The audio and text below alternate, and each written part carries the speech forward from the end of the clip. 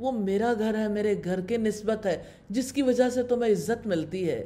اور اس سے بڑا ظالم کون ہوگا جس نے اللہ تعالیٰ پر جھوٹ باندھا یا حق کو جھٹلایا جبکہ وہ اس کے پاس آ چکا ہو۔ کیا جہنم میں کافروں کے لیے ٹھکانہ نہیں ہے؟ اور جنہوں نے ہماری خاطر پوری کوشش کی انہیں ہم ضرور اپنے راستے دکھائیں گے، اور بلا شبہ یقیناً اللہ تعالیٰ نیک لوگوں کے ساتھ ہے۔ اللہ تعالیٰ کا وعدہ ہے جو اس کے راستے میں کوشش کرتا ہے اللہ تعالیٰ اسے اپنے راستے پر چلاتا ہے، راستہ دکھاتا ہے۔ اور اس میں کوئی شک نہیں کہ اس راستے پہ چلتے ہوئے مشقتیں، مصیبتیں آتی ہیں، آزمائشیں آتی ہیں، دشواریاں آتی ہیں۔ اللہ تعالیٰ کا وعدہ ہے میں اپنا راستہ ضرور دکھاؤں گا جس پر چل کر اللہ تعالیٰ کی رضا حاصل ہوتی ہے۔ تو اللہ تعالیٰ کی رضا کیسے ملتی ہے؟ اللہ تعالیٰ نے فرمایا وَإِنَّ اللَّهَ لَمَعَ الْمُحْسِنِينَ، اور بلا شبہ یقیناً اللہ تعالیٰ نیک لوگوں کے ساتھ ہے۔ محسن احسان کرتا ہے، یعنی ایسی نیکی جس میں کسی کو اس کے حق سے زیادہ دیا جاتا ہے، مثلا کسی کے ظلم کے جواب میں نیکی کے راستے کو اپنانا، اپنا حق چھوڑ دینا احسان ہے۔ احسان کا مطلب ہے اللہ تعالیٰ کو حاضر و ناظر جان کر ہر نیکی کے کام کو خلوص سے کرنا۔ اللہ تعالیٰ نیکی کرنے والوں کا ساتھ دیتا ہے، انہیں مواقع دیتا ہے، ان کی مدد کرتا ہے۔ الحمدللہ یہاں پہ آ کے سورہ العنکبوت کمپلیٹ ہوتی ہے۔ یا اللہ تجھ سے دعا ہے الہی ہمیں اپنے راستے پر چلا لیجئے، اور الہی اس راستے کی مشکلات کو دور فرما دیجئے۔ اب سے دعا ہے کمی کوتاہی کو معاف فرمائیے، اور الہی ٹوٹی پھوٹی کوششوں کو قبول فرما لیجئے۔ اللہ کے پاک نام سے سورہ الروم کا آغاز کرتے ہیں۔ مکی سورت ہے، اس میں 60 آیات اور 6 رکوع ہیں۔ بسم اللہ الرحمن الرحیم۔ اللہ تعالیٰ کے نام سے جو وسیع رحمت والا نہایت رحم والا ہے۔ الف لام میم، الف لام میم۔ غلبت الروم، مغلوب ہو گئے رومی۔ رومی اہل کتاب عیسائی تھے۔ جب نبی صلی اللہ علیہ وسلم دنیا میں آئے 2 سپر پاورز تھیں، سلطنت روما اور سلطنت فارس۔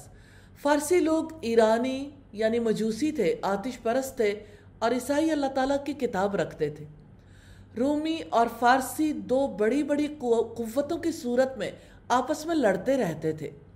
ہر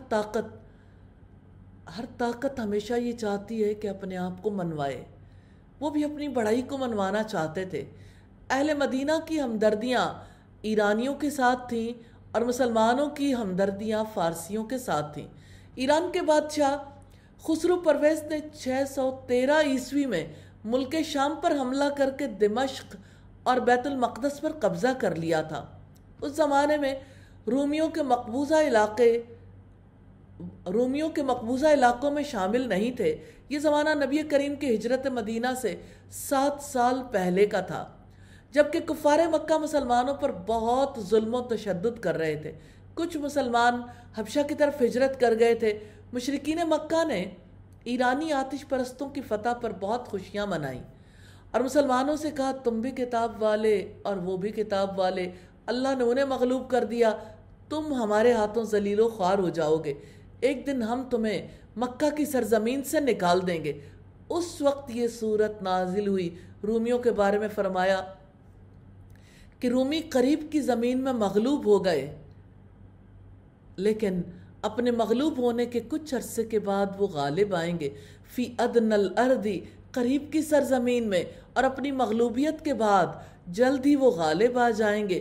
چند ہی برسوں میں سب کام اللہ تعالیٰ کے اختیار میں ہے، پہلے بھی اور بعد میں بھی، اور اس دن مومن خوش ہوں گے۔ سیدنا نیار بن مکرم کہتے ہیں کہ جب سورہ روم نازل ہوئی، فارس کے لوگ روم کے لوگوں پر غالب تھے، اور مسلمان فارس کے لوگوں پر رومیوں کا غلبہ چاہتے تھے، اس لیے رومی اور مسلمان دونوں اہل کتاب تھے۔ اسی چیز کا ذکر اس آیت میں بھی ہے کہ اور اس دن ایمان لانے والے خوش ہوں گے اللہ تعالیٰ کی مدد سے، وہ جس کی چاہتا ہے مدد کرتا ہے، اور وہ زبردست ہے، رحم کرنے والا ہے۔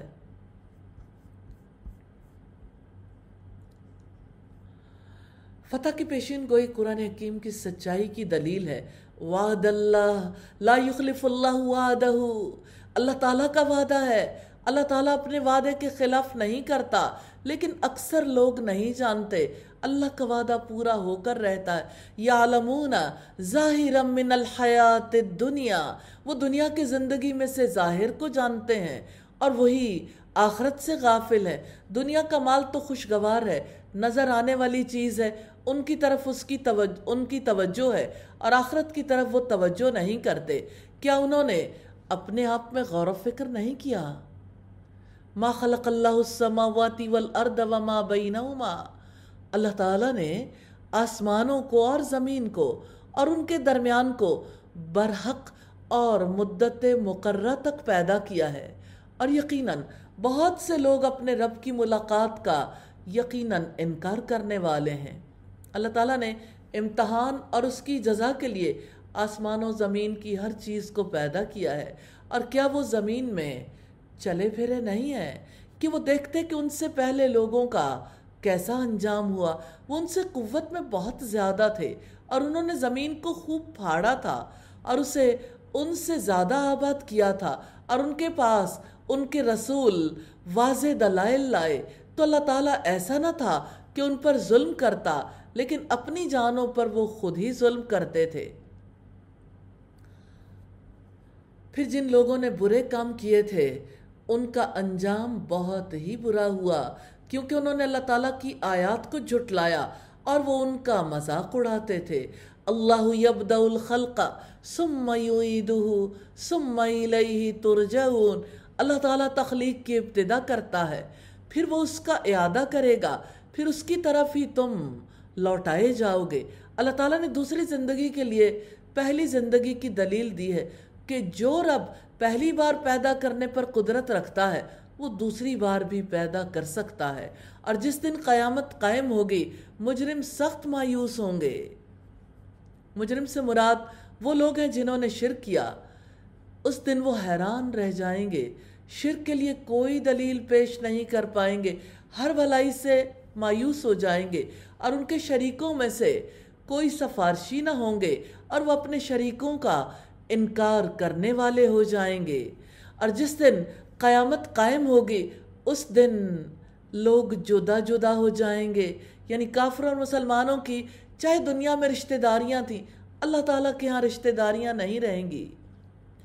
مومنوں کو جنت میں بھیج دیا جائے گا، کافروں کو جہنم کے سپرد کر دیا جائے گا، مگر جو لوگ ایمان لائے اور جنہوں نے نیکیاں کی پس وہی عالی شان باغ میں خوش رکھے جائیں گے۔ سیدنا ابو ہریرہ سے روایت ہے کہ رسول اللہ ایک دن لوگوں کے سامنے تشریف فرما تھے، اتنے میں ایک آدمی حاضر ہوا اور عرض کی، اے اللہ کے رسول، ایمان کیا چیز ہے؟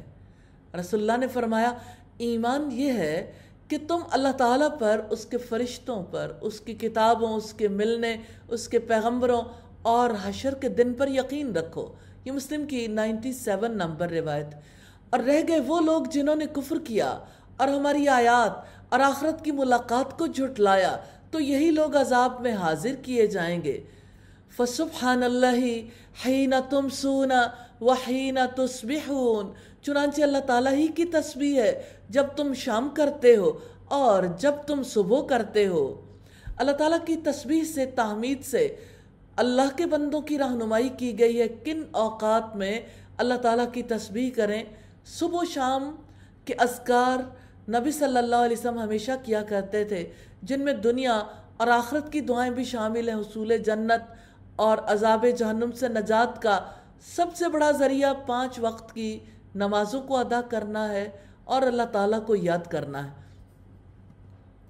پھر فرمایا وَلَهُ الْحَمْدُ فِي السَّمَاوَاتِ وَالْأَرْضِ وَلَهُ الْحَمْدُ فِي السَّمَاوَاتِ وَالْأَرْضِ وَعَشِيًّا وَحِينَ تُظْهِرُونَ، اور آسمانوں اور زمین میں تمام تعریفیں اسی کے لیے ہیں، اور تیسرے پہر کو اور جب تم ظہر کرو۔ سیدنا ابو ہریرہ نے بیان کیا کہ رسول اللہ نے فرمایا، کلمتانی حبیبتانی الی الرحمن خفیفتانی علی اللسان ثقیلتانی علی المیزان، 2 کلمے ہیں رب تعالیٰ کو بہت پسند ہیں، زبان پر ہلکے ہیں، قیامت کے دن اعمال کے ترازو میں باوزن ہوں گے۔ وہ کلمات کون سے ہیں؟ سبحان اللہ و بحمدہ، سبحان اللہ العظیم۔ یہ بخاری کی آخری روایت ہے 7563۔ وہ مردہ میں سے زندہ کو نکالتا ہے اور زندہ میں سے مردہ کو نکالتا ہے، اور وہ زمین کو اس کی موت کے بعد زندہ کرتا ہے، اور ایسے ہی تم بھی نکالے جاؤ گے۔ یعنی جیسے پودے اگتے ہیں ایسے ہی ایک دن آئے گا کہ تم بھی اگاؤ گے۔ اس طرح اللہ تعالیٰ مردوں کو زندہ کرے گا۔ رکوع نمبر 6 ہے وَمِنْ آيَاتِهِ أَنْ خَلَقَكُم مِّن تُرَابٍ ثُمَّ إِذَا أَنْتُمْ بَشَرٌ تَنْتَشِرُونَ، اور اس کی نشانیوں میں سے ہے کہ اس نے تمہیں مٹی سے پیدا کیا، پھر یکا یک تم انسان ہو کہ پھیلتے ہی چلے جا رہے ہو۔ بچہ کن مراحل سے گزر کر پورا انسان بنتا ہے، نطفے سے علقہ تک، پھر کیسے بے شکل کی بوٹی، پھر کیسے اللہ تعالیٰ ہڈیاں اور ہڈیوں پر گوشت چڑھا دیتا ہے۔ یقیناً یہ اللہ تعالیٰ کی عظیم قدرت کی نشانی ہے۔ تو انسان جب پیدا ہوتا ہے پیدائش کے وقت کتنا کمزور ہوتا ہے، پھر اپنی ضروریات اور کمانے کے لیے وہی کمزور انسان چلتا پھرتا رہتا ہے۔ اور اس کی نشانیوں میں سے ہے ان خلق لکم من انفسکم ازواجا لتسکنوا الیہا وجعل بینکم مودۃ ورحمہ، اور اللہ تعالیٰ کی نشانیوں میں سے ہے، یہ اس کا سائن ہے کہ اس نے تمہارے لیے تمہاری جنسی سے بیویاں پیدا کی تاکہ تم ان سے سکون حاصل کر سکو، اور اس نے تمہارے درمیان محبت اور رحمت رکھ دی۔ بلا شبہ اس میں یقیناً ان لوگوں کے لیے بہت سی نشانیاں ہیں جو غور و فکر کرتے ہیں۔ من انفسکم ازواجہ سے مراد ہے سیدہ حوا کو سیدنا آدم علیہ السلام سے پیدا کر کے ان کا جوڑا بنانا ہے۔ تو اللہ تعالیٰ نے انسانوں کے رشتے انسانوں سے جوڑے، اولادیں دیں تاکہ تم ان سے سکون حاصل کر سکو۔ یہ ہے رشتہ ازدواج کا مقصد کہ سکون حاصل کریں۔ جوانی کی محبت مودت کہلاتی ہے، اور بڑھاپے کی محبت رحمت یعنی بے غرض ہوتی ہے۔ سیدنا عبداللہ ابن عباس بیان کرتے ہیں رسول اللہ نے فرمایا، دو محبت کرنے والوں کے لیے نکاح سے بہتر کوئی چیز نہیں دیکھی گئی۔ ابن ماجہ کی 1847 نمبر روایت ہے۔ جیسے رزق اللہ تعالیٰ کے ہاتھ میں ہے، محبت بھی اسی کے ہاتھ میں۔ نہ مال، نہ حسن، نہ حسب نسب کی وجہ سے محبت ملتی ہے، اس لیے اللہ تعالیٰ نے بندوں کو دعا سکھائی، ربنا ہب لنا من ازواجنا وذریاتنا قرۃ اعین وجعلنا للمتقین اماما۔ اے ہمارے رب، ہمیں اپنی بیویوں اور اپنی اولادوں سے آنکھوں کی ٹھنڈک عطا فرما، اور ہم کو پرہیزگاروں کا امام بنا دے۔ اور اس کی نشانیوں میں سے ہے آسمانوں اور زمین کی تخلیق، اور تمہاری زبانوں اور تمہارے رنگوں کا اختلاف۔ بلا شبہ اس میں علم رکھنے والوں کے لیے یقیناً نشانیاں ہیں کہ رنگوں کا بھی تو کوئی خالق ہے، اللہ تعالیٰ ہی رنگوں کا خالق ہے۔ اور کون ہے جو اللہ تعالیٰ سے زیادہ رنگ میں اچھا ہو؟ رنگوں کی حقیقت جاننا چاہتے ہیں تو معلوم ہوتا ہے کہ اصل رنگ سفید ہے۔ سفید رنگ اللہ تعالیٰ کا نور ہے، سارے رنگ ہی نور سے نکلتے ہیں۔ اور اس کی نشانیوں میں سے ہے تمہارا رات اور دن کو سونا، اور تمہارا اس کے فضل میں سے تلاش کرنا۔ بلا شبہ اس میں یقیناً ان لوگوں کے لیے نشانیاں ہیں جو سنتے ہیں۔ نیند کو اللہ تعالیٰ نے باعث سکون بنایا۔ سکون کا ہونا اللہ تعالیٰ کے وجود کی علامت ہے۔ رات کی نیند اور دن کی نیند میں بڑا فرق ہے۔ اللہ تعالیٰ کی نشانی کیسی نشانی؟ ایک ہی چیز ہے مگر وقت کے اعتبار سے الگ الگ سکون ہے۔ اور تمہارا اس کے فضل میں سے تلاش کرنا، انسان کا رزق کے لیے کوشش کرنا اور صلاحیت لگانا، یہ ظاہر کرتا ہے کہ کوئی ہے جو صلاحیتیں دیتا ہے۔ نیند میں سکون اور رزق کمانے میں حرکت ہے۔ بلا شبہ دونوں ہی اللہ تعالیٰ کی نشانیاں ہیں۔ سکون اور حرکت دونوں کی بات ہے، دونوں کا تعلق سننے سے، اس لیے سننے والوں کے لیے نشانی ہے۔ اور اس کی نشانیوں میں سے ہے کہ وہ تمہیں خوف اور امید کے ساتھ بجلی دکھاتا ہے، اور وہ آسمانوں سے پانی اتارتا ہے، پھر اس کے ساتھ زمین کو اس کے مردہ ہو جانے کے بعد زندہ کرتا ہے۔ بلا شبہ اس میں ان لوگوں کے لیے یقیناً نشانیاں ہیں جو سمجھتے ہیں۔ اللہ تعالیٰ خوف اور امید کے ساتھ بجلیاں دکھاتا ہے۔ خوف اس بات کا کہ بجلی کی کڑک اور چمک کہیں برباد نہ کر دے، اور بجلی کے چمکنے سے امید ہوتی ہے بارش ہوگی، فصل اچھی ہوگی، موسم بہتر ہو جانے کا چانس پیدا ہو جائے گا۔ تو خوف اور امید کی موجودگی سے پتہ چلتا ہے کہ کوئی ہے جس نے خوف کو تخلیق کیا، کوئی ہے جس نے امید کو تخلیق کیا۔ وہ وہی ہے جس نے، جو خوف کا خالق بھی ہے، مالک بھی ہے۔ اور اس کی نشانیوں میں سے ہے کہ آسمان اور زمین اس کے حکم سے قائم ہے۔ پھر جب وہ تمہیں زمین سے ایک ہی بار پکارے گا تب تم اچانک نکل آؤ گے۔ زمین و آسمان کا قائم ہونا ثابت کرتا ہے کوئی قائم کرنے والا ہے۔ یہ قیام اللہ تعالیٰ کی موجودگی کی نشانی ہے۔ اور پھر اپنی موت کے بعد جب انسانوں کو پکارا جائے گا، انسان ایسے ہی نکل آئیں گے جیسے بیج سے پودا نکلتا ہے، جیسے اندھیروں سے روشنی نکلتی ہے، ایسے ہی سب انسان اللہ تعالیٰ کے حکم سے اپنی اپنی قبروں سے نکل آئیں گے۔ ایک لمحے کے لیے امیجن تو کر کے دیکھیے، وسیع و عریض میدان ہے جہاں قبریں ہی قبریں ہیں اور قبروں سے مردے اٹھ رہے ہیں۔ وَلَهُ مَنْ فِي السَّمَاوَاتِ وَالْأَرْضِ كُلٌّ لَهُ قَانِتُونَ، اور اس کے لیے جو کچھ بھی آسمانوں میں ہے اور زمین میں، سب اسی کے لیے فرما بردار ہیں۔ زمین و آسمان کا ہونا ثابت کرتا ہے کہ کوئی ان کا پیدا کرنے والا اور مالک ہے، اور وہی ہے جو تخلیق کی ابتدا کرتا ہے، پھر وہی اس کا اعادہ کرے گا، اور وہ اس پر آسان ترین ہے۔ آسمانوں اور زمین میں سب سے اعلیٰ صفت اسی کے لیے ہے، اور وہی سب پر غالب کمال حکمت والا ہے۔ رکوع نمبر 7 ہے، ضرب لکم مثلا من انفسکم، اللہ تعالیٰ نے تمہارے لیے اپنی ذات سے ایک مثال بیان کی ہے۔ کیا تمہارے غلاموں میں سے کوئی اس رزق میں تمہارے شریک ہیں جو ہم نے تمہیں دے رکھا ہے کہ تم اس میں برابر ہو؟ تم ایک دوسرے سے ڈرنے کی طرح ان سے بھی ڈرتے ہو۔ اسی طرح ہم آیات کو کھول کر بیان کرتے ہیں ان لوگوں کے لیے جو سمجھتے ہیں۔ کتنے ہی دلائل سے ثابت ہو گیا کہ اللہ تعالیٰ ہی خالق ہے، مالک ہے، اس کے سوا کوئی عبادت کے لائق نہیں۔ تو سب سے رخ موڑ کر اللہ تعالیٰ کی طرف ہو جاؤ، اس کی توحید کی طرف آ جاؤ، جس کی بنیاد نفع مند علم اور صالح اعمال پر ہے۔ بلکہ جن لوگوں نے ظلم کیا وہ علم کے بغیر اپنی خواہشات کے پیچھے لگے ہوئے ہیں۔ پھر کون اس شخص کو راستہ دکھائے گا جسے اللہ تعالیٰ نے گمراہ کر دیا، اور ان لوگوں کے لیے کوئی مددگار نہیں۔ چنانچہ آپ یکسو ہو کر اپنا رخ دین پر قائم رکھیں۔ اللہ تعالیٰ کی فطرت ہے جس پر اس نے لوگوں کو پیدا کیا۔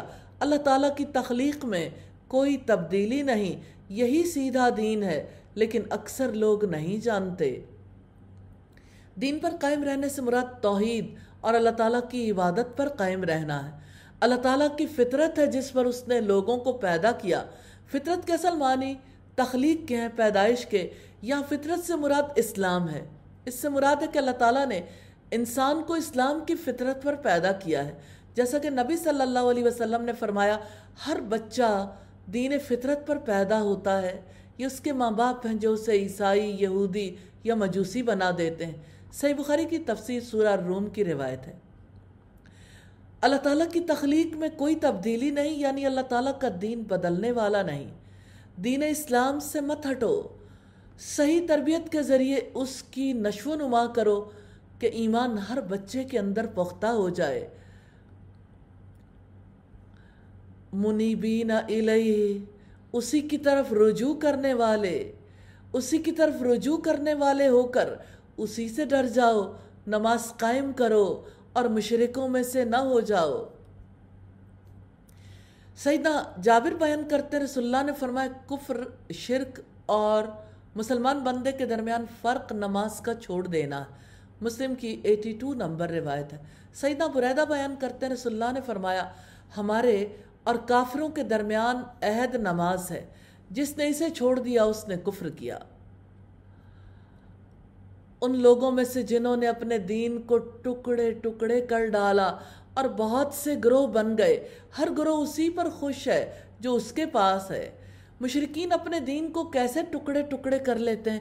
مثلا بعض لوگ ملائکہ، انبیاء، اولیاء کو اللہ تعالیٰ کے ساتھ شریک ٹھہراتے ہیں، بعض پیروں فقیروں کو، بعض پتھروں بتوں کو۔ ایسے ہی ہمارے یہاں بھی لوگوں نے دین کو ٹکڑے ٹکڑے کر لیا، ہر کسی نے جتنے حصے کو اپنے لیے ضروری خیال کیا اسی پر مطمئن ہے۔ کبھی نماز پڑھ لیتے ہیں، کبھی روزہ رکھ لیتے ہیں، کبھی زکوٰۃ ادا کر دیتے ہیں، کبھی حج کر لیتے ہیں، بس ختم، اس سے آگے کسی چیز کی تمنا ہی نہیں رکھتے۔ پھر فرمایا اور جب لوگوں کو کوئی تکلیف پہنچتی ہے وہ اپنے رب کو اسی کی طرف رجوع کر کے پکارتے ہیں، پھر جب وہ اپنی رحمت کا مزہ انہیں چکھاتا ہے تو اچانک ان میں سے ایک گروہ اپنے رب کے ساتھ شریک ٹھہرانے لگتا ہے۔ خواہش پرست آدمی کا عقیدہ مضبوط نہیں ہوتا، اسی وجہ سے اس کی شخصیت کے رنگ بھی پکے نہیں ہوتے، حالات کے ساتھ بدلتے رہتے ہیں۔ مصیبت آتی ہے تو رب کو یاد کرتا ہے، دور ہو جائے تو رب کو یاد کرنا بھی بھول جاتا ہے، تاکہ ہم نے جو کچھ انہیں دیا ہے وہ اس کی ناشکری کریں۔ سو تم مزے اڑاؤ کہ جلد ہی تم جان لو گے، یعنی تمہیں مزوں کا انجام پتہ چل جائے گا۔ کیا ہم نے ان پر کوئی دلیل نازل کی ہے؟ پھر وہ ان کے بارے میں بتاتی ہے جنہیں یہ اللہ تعالیٰ کے ساتھ شریک ٹھہراتے ہیں۔ اللہ تعالیٰ نے انسانی شعور کو بیدار کیا ہے، دیکھو شرک بے دلیل ہے، اور جب ہم لوگوں کو رحمت کا مزہ چکھاتے ہیں وہ اس سے خوش ہو جاتے ہیں، اور اگر ان کے اعمال کی وجہ سے جو انہوں نے آگے بھیجا انہیں کوئی برائی پہنچتی ہے تو یکا یک مایوس ہو جاتے ہیں۔ خواہش پرست اللہ تعالیٰ کی رحمت پا کر خوش ہو جاتے ہیں اور مصیبت میں نا امید ہو جاتے ہیں۔ ایسے لوگ زندگی کے فیصلے ظاہری حالات کے مطابق کرتے ہیں، نہ اللہ تعالیٰ کی سنت کو سمجھتے ہیں نہ اس کی حکمت کو۔ اولم یروا ان اللہ یبسط الرزق لمن یشاء ویقدر، اور کیا انہوں نے نہیں دیکھا کہ یقیناً اللہ تعالیٰ رزق کشادہ کرتا ہے جس کا چاہتا ہے اور تنگ کرتا ہے، بے شک اس میں ان لوگوں کے لیے یقیناً نشانیاں ہیں جو ایمان لاتے ہیں۔ رزق کی تنگی اور کشادگی بھی اللہ تعالیٰ کی نشانی ہے۔ نشانی اس بات کی کہ اللہ تعالیٰ کا فیصلہ حکمت اور مشیت کے مطابق ہوتا ہے، سارے اختیارات اسی کے، جس کو چاہے اپنی مشیت سے محتاج بنا دے، جس کو چاہے وسیع رزق عطا کر دے۔ مغیرہ بن شعبہ نے معاویہ رضی اللہ تعالی عنہ کو ایک خط میں لکھوایا کہ نبی صلی اللہ علیہ وسلم ہر فرض نماز کے بعد یہ دعا کیا کرتے تھے، لا الہ الا اللہ وحدہ لا شریک لہ لہ الملک ولہ الحمد وہو علی کل شیء قدیر، اللہم لا مانع لما آتیت ولا مؤتی لما منعت ولا ينفع ذا الجد منک الجد۔ اللہ تعالیٰ کے سوا کوئی عبادت کے لائق نہیں، اس کا کوئی شریک نہیں، بادشاہت اسی کی، تمام تعریف اسی کے لیے، وہ ہر چیز پر پوری طرح قادر ہے۔ اللہ جسے تو دے اس سے کوئی روکنے والا نہیں، اور جس سے تو روک لے اسے کوئی دینے والا نہیں، اور کسی مالدار کو اس کی دولت تیری بارگاہ میں کوئی نفع نہیں پہنچا سکے گی۔ بخاری کی 844 نمبر روایت ہے۔ فَآتِ ذَا الْقُرْبَى حَقَّهُ وَالْمِسْكِينَ وَابْنَ السَّبِيلِ، چنانچہ رشتہ دار کو اور مسکین اور مسافر کو اس کا حق دے۔ ان لوگوں کے لیے یہی بہتر ہے جو اللہ تعالیٰ کی رضا کا ارادہ رکھتے ہیں، اور یہی لوگ فلاح پانے والے ہیں۔ سیدنا انس سے روایت ہے، رسول اللہ نے فرمایا جو شخص یہ چاہتا ہو کہ اس کے رزق میں کشادگی کر دی جائے اور اس کی عمر دراز کر دی جائے تو وہ صلہ رحمی کرے۔ بخاری کی 5986 نمبر روایت۔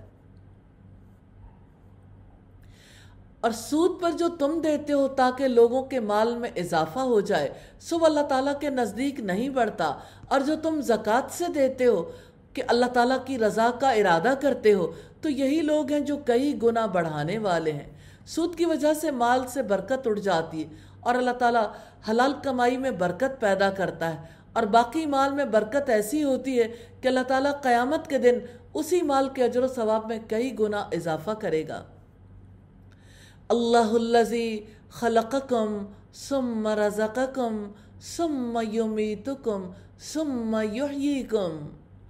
اللہ تعالیٰ وہی ہے جس نے تمہیں پیدا کیا، پھر تمہیں رزق دیا، پھر وہ تمہیں موت دے گا، پھر وہ تمہیں زندہ کرے گا۔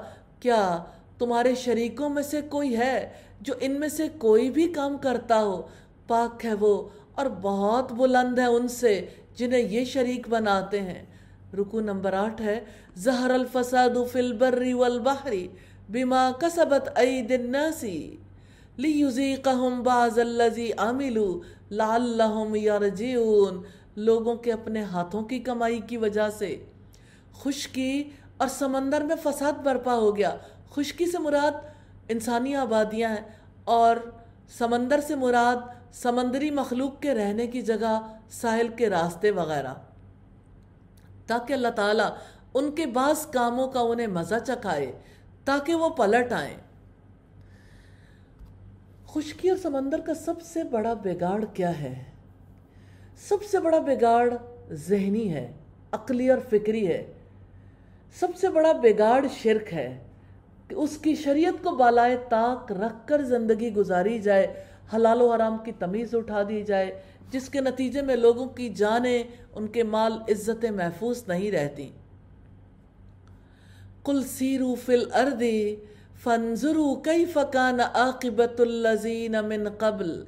آپ کہہ دیں کہ زمین میں چلو پھرو، پھر دیکھو کہ اس سے پہلے لوگوں کا کیسا انجام ہوا، ان میں سے اکثر مشرک تھے۔ بس آپ اپنا چہرہ دین کے لیے سیدھا قائم رکھیں، اس سے پہلے کہ اللہ تعالیٰ کی طرف سے وہ دن آئے جس کا ٹل جانا نہیں ہے۔ اس دن وہ الگ الگ ہو جائیں گے، یعنی قیامت آنے سے رکے گی نہیں، اور الگ الگ ہونے والے مومن اور کافر ہوں گے۔ جس نے کفر کیا تو اس کا کفر اسی پر ہے، اور جس نے نیک عمل کیا تو وہ اپنے لیے سامان تیار کر رہے ہیں۔ یہ دنیا دارالعمل ہے، اور اللہ تعالیٰ نے اس میں رسولوں کو بھیجا کہ اپنی آخرت بنا لیں، اس کے لیے کوشش کر لیں۔ لِيَجْزِيَ الَّذِينَ آمَنُوا وَعَمِلُوا الصَّالِحَاتِ مِن فَضْلِهِ، تاکہ اللہ تعالیٰ اپنے فضل سے ان لوگوں کو جزا دے جو ایمان لائے اور جنہوں نے نیکیاں کی۔ یقیناً وہ کافروں سے محبت نہیں کرتا۔ اور اس کی نشانیوں میں سے ہے کہ وہ بشارت دینے والی ہوائیں بھیجتا ہے، اور تاکہ وہ تمہیں اپنی کچھ رحمت کا مزہ چکھائے، اور تاکہ کشتیاں اس کے حکم سے چلیں، اور تاکہ تم اس کا کچھ فضل تلاش کرو، اور تاکہ تم شکر گزار بنو۔ خوشخبری دینے والی ہوائیں جو پیغام لاتی ہیں وہ کیا ہے کہ ابھی کچھ ہی دیر کے بعد اللہ تعالیٰ کا فضل ہونے والا ہے، یعنی اللہ تعالیٰ کی طرف سے بارش برسے گی، کھیتیاں اگیں گی، تاکہ تم اس کا کچھ فضل تلاش کرو۔ فضل ڈھونڈنے سے مراد تجارت کرنا ہے۔ یہ تجارت مختلف ممالک میں آنے جانے سے فروغ پاتی ہے، اور بلا شبہ یقیناً ہم نے آپ سے پہلے بھی رسول ان کی قوم کی طرف بھیجے تھے، پھر وہ ان کے پاس واضح نشانیاں لائے تھے، تو ہم نے ان سے انتقام لیا جنہوں نے جرم کیا، اور مومنوں کی مدد کرنا ہم پر لازم ہے۔ اللہ تعالیٰ نے اس طرح رسول اللہ کو تسلی دی ہے کہ کافروں کے جھٹلانے سے گھبرانے کی ضرورت نہیں۔ اللہ تعالیٰ کی مدد مومنوں کو حاصل ہوگی، مجرم ہلاک کیے جائیں گے۔ اللہ تعالیٰ وہ ہے جو ہوائیں بھیجتا ہے تو وہ بادل اٹھاتی ہیں، پھر وہ جس طرح چاہتا ہے انہیں آسمان میں پھیلا دیتا ہے اور انہیں ٹکڑوں میں تقسیم کر دیتا ہے۔ چنانچہ آپ بارش کو دیکھتے ہیں کہ اس کے درمیان سے نکل رہی ہے، پھر وہ اپنے بندوں میں سے جس پر چاہتا ہے بارش برساتا ہے، تب وہ بہت خوش ہوتے ہیں۔ حالانکہ بلا شبہ اس سے پہلے کہ ان پر برسائی جائے، اس سے پہلے ہی وہ یقیناً مایوس تھے۔ چنانچہ آپ اللہ تعالیٰ کی رحمت کے آثار دیکھیں کہ کس طرح وہ زمین کے مردہ ہو جانے کے بعد اسے زندہ کرتا ہے۔ بلا شبہ وہ مردوں کو یقیناً زندہ کرنے والا ہے، اور وہی ہر چیز پر پوری طرح قدرت رکھنے والا ہے۔ اللہ تعالیٰ کے آثار رحمت سے مراد پھل، غلے وغیرہ ہیں جو بارش سے پیدا ہوتے ہیں۔ پھل اور غلے خوشحالی کا باعث بنتے ہیں جو اللہ تعالیٰ کی رحمت ہے۔ اور یقیناً اگر ہم ہوا بھیج دیں معذرت خواہوں،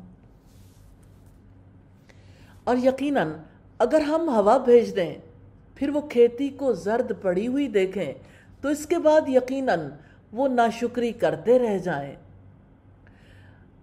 اللہ تعالیٰ نے یہاں واضح کیا ہے کہ دیکھو ہوا آئے اور اس ہوا کی وجہ سے وہ کھیتی ضائع ہو جائے تو کیسے لوگ اللہ تعالیٰ کی ناشکری کرنے لگ جائیں گے۔ بس یقیناً آپ مردوں کو نہیں سنا سکتے اور نہ ہی بہروں کو پکار سنا سکتے ہیں جبکہ وہ پیٹھ پھیر کر لوٹ جائیں، اور نہ ہی آپ اندھوں کو کبھی ان کی گمراہی سے ہدایت دینے والے ہیں۔ آپ کسی کو نہیں سنا سکتے ان کے سوا جو ہماری آیات پر ایمان لاتے ہیں، چنانچہ وہی اطاعت کرنے والے ہیں۔ تو جو لوگ دل کی بینائی سے محروم ہوتے ہیں وہی گمراہ ہو جاتے ہیں، تو جو لوگ پیغام سن کر ایمان لے آتے ہیں وہی حقیقت میں سننے والے ہیں، اور اطاعت وہ لوگ کرتے ہیں جو پیغام کو غور سے سنتے ہیں، بات دل کے اندر اترتی ہے تو وہ عمل کرنے کے لیے تیار ہو جاتے ہیں۔ رکوع نمبر 9 ہے اللہ الذی خلقکم من ضعف۔ اللہ تعالیٰ وہ ہے جس نے تمہیں کمزوری سے پیدا کیا، پھر اس کمزوری کے بعد تمہیں قوت دی، پھر قوت کے بعد کمزوری اور بڑھاپا دیا۔ وہ جو چاہتا ہے پیدا کرتا ہے اور وہی سب کچھ جاننے والا، پوری طرح قدرت رکھنے والا ہے۔ کمزوری سے پیدا کرنے سے مراد نطفے سے پیدا کرنا ہے، اور پھر کمزوری کے بعد قوت دینے سے مراد جوانی ہے جس میں انسان کے جسم اور اس کی عقل کی تکمیل ہو جاتی ہے۔ پھر قوت کے بعد کمزوری اور بڑھاپا دینا، اس کمزوری سے مراد کہولت کی عمر ہے جس میں انسان کی جسمانی اور عقلی قوتوں میں کمی آ جاتی ہے، اور بڑھاپے سے مراد عمر کا آخری دور ہے جس میں کمزوری بڑھ جاتی ہے، ہمت کم ہو جاتی ہے، ہاتھ پاؤں کی گرفت کمزور پڑ جاتی ہے، انسان کے بال سفید ہو جاتے ہیں، اور ظاہری اور باطنی صفات میں کمزوری بڑھ جاتی ہے۔ اور جس دن قیامت قائم ہوگی مجرم قسمیں کھائیں گے کہ وہ ایک گھڑی کے سوا نہیں ٹھہرے، اسی طرح وہ بہکائے جاتے تھے۔ یعنی دنیا میں بھی بہکے ہوئے تھے، حقیقت کا غلط اندازہ لگایا، اپنی عمر کو طویل سمجھا، دنیا کی زندگی کو ہمیشہ کی زندگی سمجھا، اب آخرت کے بارے میں بھی غلط اندازہ لگایا کہ وہ ایک گھڑی کے سوا نہیں ٹھہرے۔ اور جن لوگوں کو علم اور ایمان دیا گیا وہ کہیں گے کہ اللہ تعالیٰ کی کتاب میں تو بلا شبہ یقیناً تم اٹھائے جانے کے دن تک ٹھہرے ہو، تو یہ اٹھائے جانے کا دن ہے لیکن تم جانتے نہ تھے۔ ایمان والے اور علم والے جواب دیں گے کہ اللہ تعالیٰ کی کتاب کے مطابق تم یوم قیامت تک ٹھہرے ہو۔ آج کا دن یہ قیامت کا دن ہے لیکن تم علم نہیں رکھتے تھے، تم قیامت کے آنے پر یقین نہیں رکھتے تھے، بلکہ مذاق اڑانے کے لیے مطالبہ کرتے تھے کہ لے آؤ عذاب اگر تم سچے ہو۔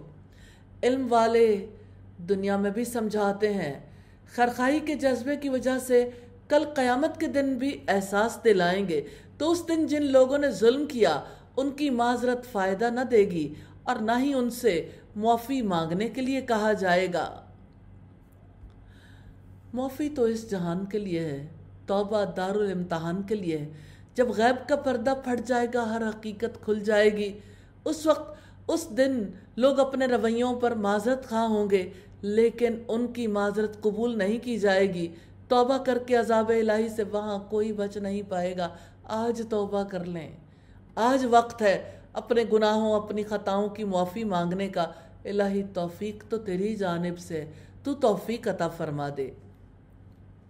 اور بلا شبہ یقیناً ہم اس قرآن میں لوگوں کے لیے ہر قسم کی مثالیں بیان کر چکے ہیں، اور یقیناً اگر آپ ان کے پاس کوئی معجزہ بھی لائیں تو جن لوگوں نے کفر کیا وہ ضرور کہیں گے کہ تم یقیناً باطل پرست ہو۔ انسان جب ایک بار حقیقت کا انکار کرتا ہے تو اس کے دل میں رکاوٹ آ جاتی ہے۔ اللہ تعالیٰ ایسے لوگوں کو جن کے دل میں رکاوٹ آتی ایمان لانے کی توفیق نہیں دیتا۔ اسی وجہ سے نشانیاں بھی آئیں تو یہ لوگ جھٹلا دیتے ہیں۔ اسی طرح اللہ تعالیٰ ان لوگوں کے دلوں پر مہر لگا دیتا ہے جو نہیں جانتے۔ یہ مہر تب لگائی جاتی ہے جب کفر اور شرک کی انتہا کر دی جاتی ہے۔ بس اب صبر کریں، ان وعد اللہ حق، یقیناً اللہ تعالیٰ کا وعدہ سچا ہے۔ ولا یستخفنک الذین لا یوقنون، اور آپ کو وہ لوگ ہرگز ہلکا نہ پائیں جو یقین نہیں رکھتے۔ اللہ تعالیٰ نے نبی کریم کی بات سامنے رکھی ہے، اللہ کا وعدہ سچا ہے، ضرور پورا ہو کر رہے گا۔ الحمدللہ اس کے ساتھ سورہ الروم کمپلیٹ ہوئی۔ اللہ تعالیٰ سے دعا ہے ہماری کوتاہیوں کو معاف کرے، اور الہی تو قبول کر لینا اس کوشش کو، اور الہی ہمیں سچی سمجھ نصیب کرنا۔ اللہ کے پاک نام سے سورہ لقمان کا آغاز کرتے ہیں۔ سورہ لقمان میں لقمان حکیم کا قصہ ہے جن کی حکمت اور دانائی کی باتوں اور ان کی نصیحتوں کو بڑے اہتمام کے ساتھ بیان کیا گیا ہے۔ جو نصیحتیں انہوں نے اپنے بیٹے کو کی تھیں ان کی ذات کو اللہ تعالیٰ نے مثال بنا دیا۔ والدین کے لیے ایک باپ کو اپنے بچے کی تربیت کس طرح سے کرنی چاہیے، والدین کو اپنے بچوں کو کس طرح پروان چڑھانا چاہیے، اس کی شخصیت کے ہر پہلو کے بارے میں رہنمائی موجود ہے۔ سورہ لقمان بہت اہمیت کی حامل ہے کیونکہ اس سورت میں ایسی شخصیت کی طرف توجہ دلائی گئی جنہوں نے اپنی زندگی کو خود آگ لگا رکھی ہے لغو یعنی مصروفیات کی وجہ سے۔ تو سورہ لقمان کے حوالے سے ہم دیکھیں گے لہو الحدیث کو، اور اسی طرح سے خاص اس کا اینگل میوزک ہے۔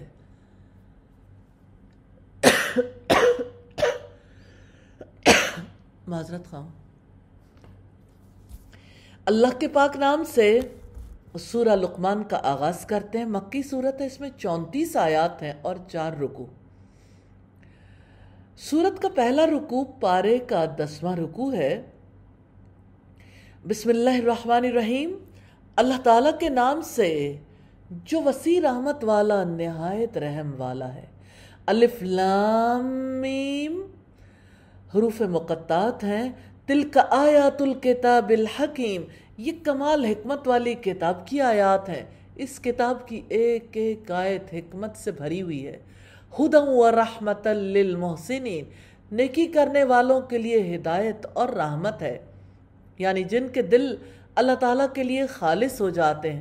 الذین یقیمون الصلاۃ ویؤتون الزکاۃ وہم بالآخرۃ ہم یوقنون، جو لوگ نماز قائم کرتے ہیں اور زکوٰۃ ادا کرتے ہیں اور وہ آخرت پر بھی یقین رکھتے ہیں۔ نماز کو خلوص اور خشوع و خضوع کے ساتھ ادا کرنے کی وجہ سے نماز کی حکمت کا پتہ چلتا ہے۔ انسان کی نماز کا اثر زندگی میں نظر آتا ہے۔ انسان ہر آنے والی نماز میں اللہ تعالیٰ کے لیے زیادہ خالص ہوتا چلا جاتا ہے۔ اخلاص، ہدایت اور کامیابی کا یہی سبب بنتا ہے۔ اولئک علی ھدی من ربہم واولئک ھم المفلحون، یہی لوگ اپنے رب کی جانب سے ہدایت پر ہیں اور یہی لوگ فلاح پانے والے ہیں۔ ہدایت یافتہ لوگ نماز قائم کرتے ہیں، زکوٰۃ ادا کرتے ہیں، جنہوں نے اپنی ایمانی زندگی کا آغاز آخرت پر یقین سے کیا، ہدایت کے سفر کا آغاز کیا، جنہوں نے رب کے راستے کو اختیار کیا۔ کامیاب ہے وہ جو اپنے کام کو، اپنے مشن کو پورا کر دے۔ انسان کا دنیا میں کام ہی کیا ہے؟ رب کے بتائے ہوئے راستوں پر چلنا۔ معاشرت، معیشت، سیاست اور زندگی کے ہر میدان میں جو انسان اللہ تعالیٰ کی ہدایت پر گامزن ہو گیا وہی کامیاب ہے۔ یا اللہ ہمیں کامیاب لوگوں میں شامل فرما لینا۔ آیت نمبر 6 ہے، وَمِنَ النَّاسِ مَن يَشْتَرِي لَهْوَ الْحَدِيثِ لِيُضِلَّ عَن سَبِيلِ اللَّهِ بِغَيْرِ عِلْمٍ وَيَتَّخِذَهَا هُزُوًا أُولَئِكَ لَهُمْ عَذَابٌ مُّهِينٌ، اور لوگوں میں سے کوئی ہے، کوئی کہاں ہے؟ اور لوگوں میں سے کوئی ہے جو غافل کر دینے والی بات خریدتا ہے، پیسہ لگاتا ہے غفلت کے لیے، غافل کر دینے والی باتوں کے لیے۔ کیوں؟ سبب بھی بتایا ہے، مقصد بھی، لیضل عن سبیل اللہ بغیر علم، تاکہ وہ علم کے بغیر ہی لوگوں کو اللہ تعالیٰ کے راستے سے بہکا دے۔ یہ ہے اصل مقصد، اللہ تعالیٰ سے دور کرنا، اور اس کا مذاق بنائے، یعنی اللہ تعالیٰ کے راستے کا۔ اولئک لہم عذاب مہین، یہی لوگ ہیں جن کے لیے رسوا کن عذاب ہے۔ تو کوئی ہے جو لوگوں کو بہکاتا ہے، گمراہ کرتا ہے، وہ کہاں ہے؟ یہ تو ہم جانتے ہیں، مگر اللہ تعالیٰ نے بتایا ہے کوئی ہے جو غافل کر دینے والی بات خریدتا ہے تاکہ وہ بغیر علم کے لوگوں کو اللہ تعالیٰ کے راستے سے بہکا دے۔ علم تو اس کے پاس نہیں ہے، یاد رکھیے گا، یہ بڑی ضروری خاص بات۔ علم اس کے پاس نہیں ہے، قرآن کا، حدیث کا، سچائی کا علم نہیں ہے، لیکن بہکانے کی بہت سی صورتیں موجود ہیں۔ حیرت انگیز ہے، یہ کس نے سکھائی ہیں؟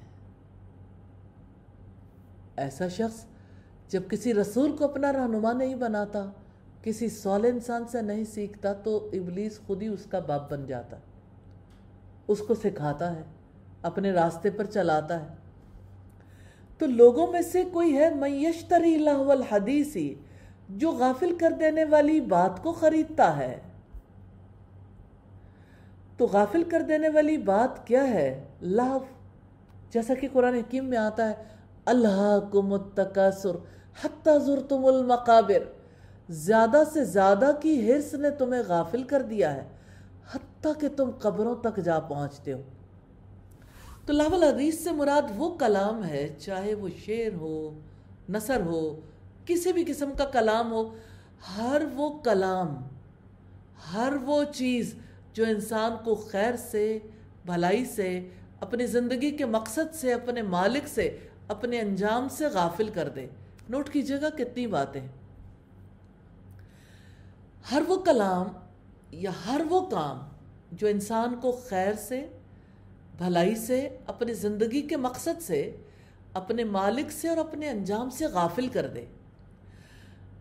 تو کیا چیز غافل کرتی ہے؟ یا کوئی آواز، یا کوئی ساز، یا کوئی تحریر، یا کوئی بورڈ، ہر وہ چیز جو انسان کی توجہ اس کے مرکز سے ہٹا دے، یعنی اللہ تعالیٰ کی ذات سے، وہ لہو الحدیث ہے۔ حافظ ابن قیم کہتے ہیں روح کو بھی فاقہ لاحق ہو جاتا ہے۔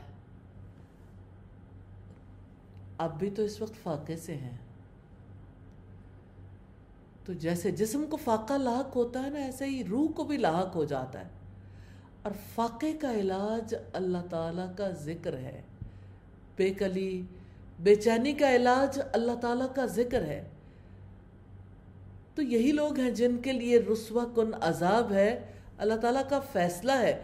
لفظ کلام غافل کر دینے والی مصروفیات کے لیے جو بھی کام کرتے ہر ایک کے لیے توہین آمیز عذاب ہے۔ تو لہو الحدیث یعنی لفظ کلام یا لفظ بات سے پہلے اللہ تعالیٰ کے کلام اور اس سے ہدایت پانے والوں کا ذکر کیا گیا۔ اب یہاں لفظ کلام کی بات کی گئی، تو یہی وہ غافل کر دینے والی مصروفیات ہیں جنہوں نے انسانوں کو اپنے رب سے، اپنے مقصد زندگی سے بے خبر کر رکھا ہے۔ یہی وہ کلام ہے جس نے انسانوں کو اپنے انجام سے بے نیاز کر رکھا ہے۔ اللہ تعالیٰ نے یہاں واضح کیا ہے کہ لوگوں میں سے کوئی ایسا ہے جو لفظ کلام کا خریدار بنتا ہے تاکہ لوگوں کو علم کے بغیر اللہ تعالیٰ کے راستے سے بھٹکا دیں اور اس کا مذاق اڑائیں۔ تو رب العزت کا فیصلہ لفظ کلام کے لیے، غافل کر دینے والی مصروفیات کے لیے، جو لوگ سرپرستی کرتے ہیں، ان کی حوصلہ افزائی کرتے ہیں، صاحب اقتدار ہوں یا اہل قلم ادارے ہوں یا افراد مالک ہوں یا قلم کار اور فنکار، ہر ایک کے لیے اللہ تعالیٰ نے واضح کر دیا ہے کہ جو یہ خرید و فروخت کرے گا ہر ایک کے لیے توہین آمیز عذاب ہے۔ چلے نبی صلی اللہ علیہ وسلم کے دور میں دیکھتے ہیں، آپ کے دور میں بھی ایسا ہی تھا۔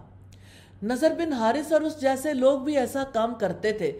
جب انہوں نے دیکھا کہ رسول اللہ کی مجلس شاندار ہو گئی، لوگ سننے کے لیے جاتے ہیں تو انہوں نے سوچا کس طرح ان کی مجالس میں کمی کی جائے۔ پھر نضر بن حارث عراق گیا، وہاں سے رستم اور اسفندیار کے قصے لے کر آیا اور اس نے گانے بجانے والی عورتوں کو خریدا تاکہ مسلمانوں کو اپنی مجلسوں میں بلائیں، وہ رقص کر کے گانے سنائیں، دل لبھائیں، تاکہ وہ پینے پلانے اور گانا سننے کے بعد رسول اللہ کی مجلس میں نہ جائیں۔ حیرت کی بات ہے کہ رسول اللہ کے پاس سننے والے لوگوں کی تعداد بہت کم رہ گئی اور لوگ ان کی مجالس میں جانے لگے، کیونکہ ایسی مجالس میں لوگوں کو لطف آتا۔ تو رسول اللہ صلی اللہ علیہ وسلم نے فرمایا میری امت میں ایسے برے لوگ پیدا ہو جائیں گے جو زنا کاری، ریشم کا پہننا، شراب پینا اور گانے بجانے کو حلال کر لیں گے، اور کچھ متکبر قسم کے لوگ پہاڑ کی چوٹی پر چلے جائیں گے۔ ان کے پاس ایک فقیر آدمی اپنی ضرورت کے لیے جائے گا تو وہ ٹالنے کے لیے اس سے کہیں گے کل آنا، لیکن اللہ تعالیٰ رات ہی کو انہیں ہلاک کر دے گا، پہاڑ گرا دے گا، اور ان میں سے بہت سوں کو قیامت تک کے لیے بندر اور سور کی صورتوں میں مسخ کر دے گا۔ استغفر اللہ۔ صحیح بخاری کی 5590 نمبر روایت۔ سیدہ نافع سے مروی ہے کہ عبداللہ ابن عمر نے بانسری کی آواز سنی، انہوں نے اپنے کانوں میں انگلیاں دے لیں اور اس راستے سے دور ہٹ گئے۔ ہمارے ہاں تو خاص بانسری سننے کے لیے لوگ ڈنر کرنے جاتے ہیں، تو اسی حال میں نافع سے پوچھا نافع آواز آ رہی ہے؟ میں نے عرض کیا نہیں جناب، تو انہوں نے کانوں سے انگلیاں ہٹا لیں اور فرمایا کہ میں نبی صلی اللہ علیہ وسلم کے ساتھ تھا، آپ نے ایسی ہی آواز سنی تھی، آواز سن کر ایسا ہی کیا تھا جس طرح میں نے کیا۔ صحیح سنن ابی داؤد کی روایت ہے۔ اور سیدنا ابو عامر یا سیدنا ابو مالک اشعری بیان کرتے ہیں، انہوں نے نبی کریم کو فرماتے سنا میری امت میں کچھ لوگ پیدا ہو جائیں گے جو زنا، ریشم، شراب اور موسیقی کو حلال کر لیں گے۔ بخاری کی 5590 نمبر روایت ہے۔ اور آپ جانتے ہیں کہ لوگوں نے کیسے کیسے لوگوں نے بیٹھ کر میوزک کو حلال کرنے کے فتاویٰ دیے ہیں۔ سیدنا ابو سعید خدری بیان کرتے ہیں ایک دفعہ ہم رسول اللہ کے ساتھ ارج مقام پر جا رہے تھے، اچانک سامنے سے ایک شاعر گزرا جو شعر پڑھ رہا تھا۔ آپ نے فرمایا اس شیطان کو پکڑ لو، یا فرمایا اس شیطان کو اس کام سے روکو۔ اگر کسی کا پیٹ پیپ سے بھرا ہوا ہو تو یہ بات اس سے بدرجہ بہتر ہے کہ اس کا پیٹ یعنی دماغ شیروں سے بھرا ہوا۔ یہ مسلم کی 2259 نمبر روایت۔ تو ایسی شاعری جس سے انسان کا دماغ اللہ تعالیٰ کی طرف نہ جائے، برے خیالات آئیں، وہ پیپ سے بھی بدتر ہے۔ سیدنا ابو مالک اشعری بیان کرتے ہیں کہ رسول اللہ نے فرمایا میری امت کے کچھ لوگ شراب کا نام بدل کر اسے پئیں گے اور گانے والیاں ساز بجا کر گانے سنائیں گی، تو اللہ تعالیٰ انہیں اس جرم کی وجہ سے زمین میں دھسا دے گا، اور ان میں سے بعض کو بندر اور بعض کو خنزیر بنا دے گا۔ ابن ماجہ کی 4020 نمبر روایت۔ سیدنا انس بن مالک بیان کرتے ہیں رسول اللہ نے فرمایا 2 طرح کی آوازوں پر دنیا میں بھی اللہ کی لعنت ہے اور قیامت کے دن بھی ان پر پھٹکار ہوگی۔ پہلی قسم کی آواز خوشی کے وقت مزمار یعنی بانسری اور دیگر آلات موسیقی کی آواز، اور دوسری قسم کی آواز مصیبت کے وقت بیان کرنا۔ اس موڑ پر ہمارے لیے لازم ہے، ضروری ہے کہ ہم یہ دیکھیں کہ اسلام میوزک کے بارے میں، گانے بجانے کے بارے میں کیا تصور رکھتا ہے۔ سب سے پہلی بات میں سمجھتی ہوں جس کو دیکھنے کی ضرورت ہے، ہمارے معاشرے کی بہت بڑی ٹریجڈی ہے، کئی برائیوں پر خوبصورت لیبل لگا کر ان برائیوں کو اپنے لیے حلال کر لیا گیا۔ مثال کے طور پر جیسے شراب ام الخبائث ہے، اس کا نام وسکی رکھ دیا، بیئر رکھ دیا، وائن رکھ دیا، لیبلز ہے نا۔ اسی طرح سے بے حیائی اور بے پردگی کو فیشن کا نام دے دیا۔ اگر ہم دیکھنا چاہیں تو سود جیسی لعنت کو انشورنس، سیونگ اکاؤنٹ وغیرہ جیسے القابات دے دیے گئے۔ اسی طرح ہم دیکھتے ہیں جیسے گلوکار، اداکار، رقاصاؤں کو بہترین القاب سے نوازا جاتا ہے، مثال کے طور پر سپر سٹار، ہیرو، آئیڈیل، اور راگ گانے جیسی برائی کو ثقافت، تہذیب، فنون لطیفہ اور روح کی غذا قرار دیا گیا۔ تو سوچئے کہ جس کو اللہ تعالیٰ نے لعنت اور عذاب کا باعث قرار دیا، وہ ہمارا کلچر کیسے بن گیا؟ یعنی خالق کائنات نے جسے گمراہی اور عذاب کا ذریعہ قرار دیا، وہ مسلم معاشرے کی ثقافت کیسے بن سکتا ہے؟ جس موسیقی کو، میوزک کو شیطانی آواز، حماقت، فجور، مصائب کا سبب، قابل لعنت اور سور بنانے والا گناہ قرار دیا ہے، وہ گناہ تہذیب کیسے بن گیا؟ کلچر کیسے بن گیا؟ جس عمل کو دل کے لیے نفاق قرار دیا، وہ دل کا قرار کیسے بن گیا؟ تو وہ میوزک جس سے اللہ کے رسول نے نفرت کا اظہار کیا، جس کو جید علماء نے کبیرہ گناہ سمجھا، اس گناہ کو آج کے نام نہاد مسلمان نے حلال کہنے کی جرت کیسے کر لی؟ کیا آپ جانتے ہیں حرام چیز کو حلال قرار دینا شریعت سازی ہے، اور شریعت سازی دائرہ دین سے خارج کرنے والا عمل ہے۔ یاد رکھیے گا، نام کے بدل دینے سے حقائق نہیں بدل جاتے۔ گانا بجانا، میوزک، موسیقی حرام ہے، روح کے لیے، دماغ کے لیے، دل کے لیے ایک مستقل سزا ہے، نہ کہ غذا۔ اور غیر مسلم مفکروں نے بھی اس بات کا اعتراف کیا ہے، جیسے مشہور امریکی مفکر ہے، امریکن تھنکر ہے، امریکی مفکر ہے ایلن بلوم، جس نے موسیقی کو روح کی جنک فوڈ، کچرا غذا قرار دیا ہے۔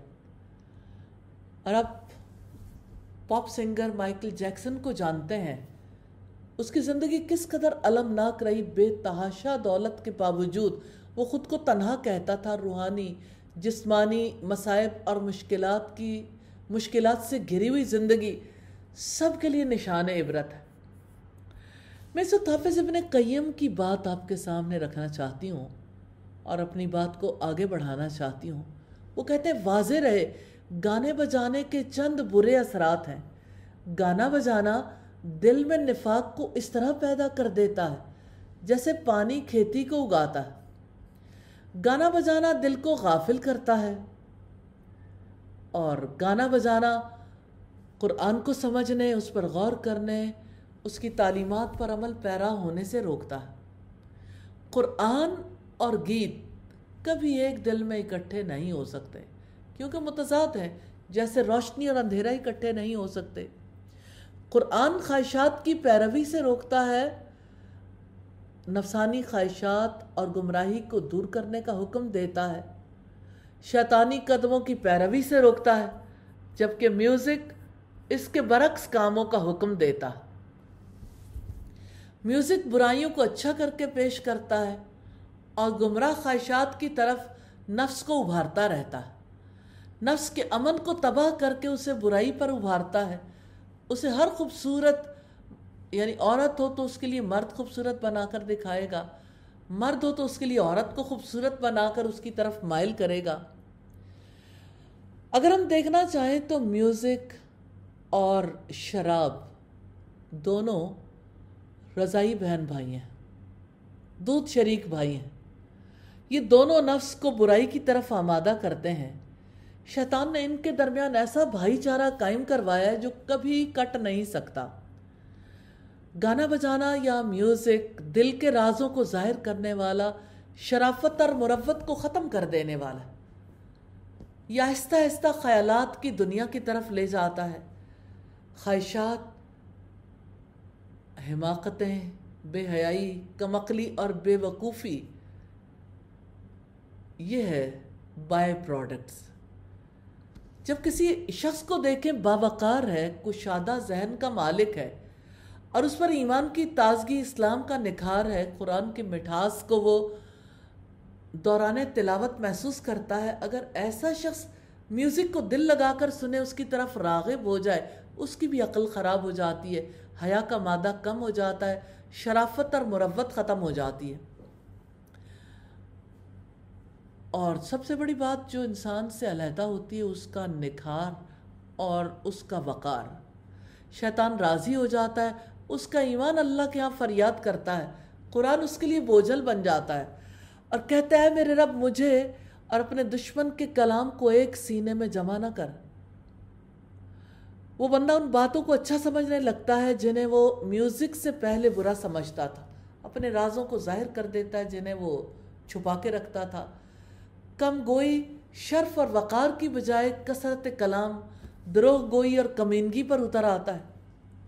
اور آپ دیکھیں کہ میوزک کے اثرات کیسے، کبھی سینے کو پیٹتا ہے، کبھی پاگلوں کی طرح بے تحاشا اچھل کود کرتا ہے، کبھی اس طرح گھومنے لگتا ہے جس طرح کوئی گدھا چکی کے گرد گھومتا ہے، عورتوں کی طرح تالیاں بجاتا ہے، بیل کی طرح آواز نکالتا ہے، کبھی غم زدہ کی طرح آہوزاری کرتا ہے، کبھی احمقوں کی طرح چیختا چلاتا ہے۔ یہ گانا بجانا کچھ لوگوں میں نفاق اور کچھ لوگوں کی دشمنی میں اضافہ کرتا ہے، کچھ لوگوں میں جھوٹ، کچھ لوگوں میں فسق و فجور، اور کچھ لوگوں میں تکبر پیدا کرتا ہے۔ یہ اغاثۃ اللہفان کی روایت ہے، والیوم 1 ہے، پیج 249۔ میں نے یہ ابتدائی صورتحال اس لیے آپ کے سامنے رکھی کہ میوزک کا ایک انسان کے زندگی پر نہیں، پوری نسل انسانی پر گہرا اثر ہے۔ میوزک میں سچ کیا ہے، اس کو تلاش کرنے کی ضرورت ہے۔ سچائی لوگوں کو کیسے نظر آتی ہے؟ پہلی بات تو یہ ہے جس سے آپ ایگری کریں گے کہ کوئی اسے برائی نہیں سمجھتا۔ لوگ میوزک سے بچنا اپنی ذمہ داری بھی نہیں سمجھتے۔ آپ دیکھیے جب سے موبائل ٹونز کا سلسلہ شروع ہوا تو بڑے بڑے دینداروں کے موبائل پہ میوزک جو ہے وہ کس طرح سے لگا ہوتا ہے، حتیٰ کہ حرم جانے والے بھی اس بارے میں احتیاط نہیں کرتے۔ کتنی زیادہ ضرورت ہے کہ ہم اس معاملے کی حقیقت کو سمجھیں، کیونکہ اگر سمجھیں گے نہیں تو ظاہر ہے کہ اپنے بارے میں ڈیسیژن نہیں کر سکیں گے۔ آج ہم جس دور سے گزر رہے ہیں وہ ایسا نہیں ہے جہاں لوگ کہیں کہ اسلام ہمارا دین ہے، یا کوئی کہے عیسائیت ہمارا دین ہے، یا یہودیت ہمارا دین ہے۔ یہ سچ ہے کہ اب لوگ اپنی پہچان اپنے مذہب کو نہیں بناتے۔ آج دین کی بنیادی حقیقتوں کے بارے میں، اللہ تعالیٰ کی ذات کے بارے میں، محمد رسول اللہ کے بارے میں، اور جتنی مذہبی اقدار ہیں، ہر چیز کے خلاف برملا اظہار کرنے لگ گئے۔ کہیں رب کا انکار ہے تو کہیں عبادت کا انکار، کہیں حجاب بوجھ ہے، کہیں حجاب سے آزادی، کہیں لباس سے ہی مکمل آزادی ہے۔ دور تکلیف دہ ہے، حتیٰ کہ لوگ اقرار کرنے لگ گئے ہیں میوزک از مائی ریلیجن۔ ریلی جو اقرار نہیں بھی کرتا اس کے لیے بھی میوزک زندگی میں اسی مقام پر ہے۔ معذرت کے ساتھ، میوزک یعنی موسیقی میرا مذہب ہے۔ یہ ہے وہ گراؤنڈ جس پر کھڑے ہو کر آپ اس تکلیف کا اندازہ لگا سکتے ہیں۔ کیسے بھک سے ساری دینداری اڑا کے رکھ دیتا یہ میوزک۔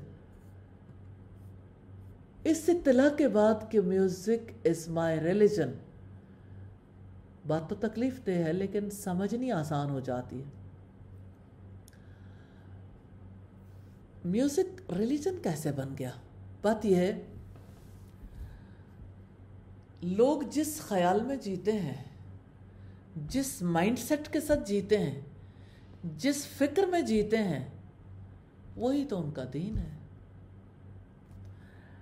اگر آپ دیکھنا چاہیں تو انسان کی زندگی میں خوشیاں ہیں، غم ہے، امید ہے، نا امیدی ہے، محبت ہے، نفرت ہے، تو میوزک جو ہے وہ کس طرح سے ان ساری چیزوں کو کوپ کرتا ہے۔ لوگ کیسے میوزک کو اپنا مذہب بنا بیٹھے، لوگوں کو میوزک میں اپنے ہر غم کا علاج نظر آتا ہے، کیونکہ وہ میوزک کو اپنے لیے سب سے زیادہ ضروری غذا سمجھتے ہیں۔ میں چند ایک باتیں ضرور سامنے رکھنا چاہوں گی۔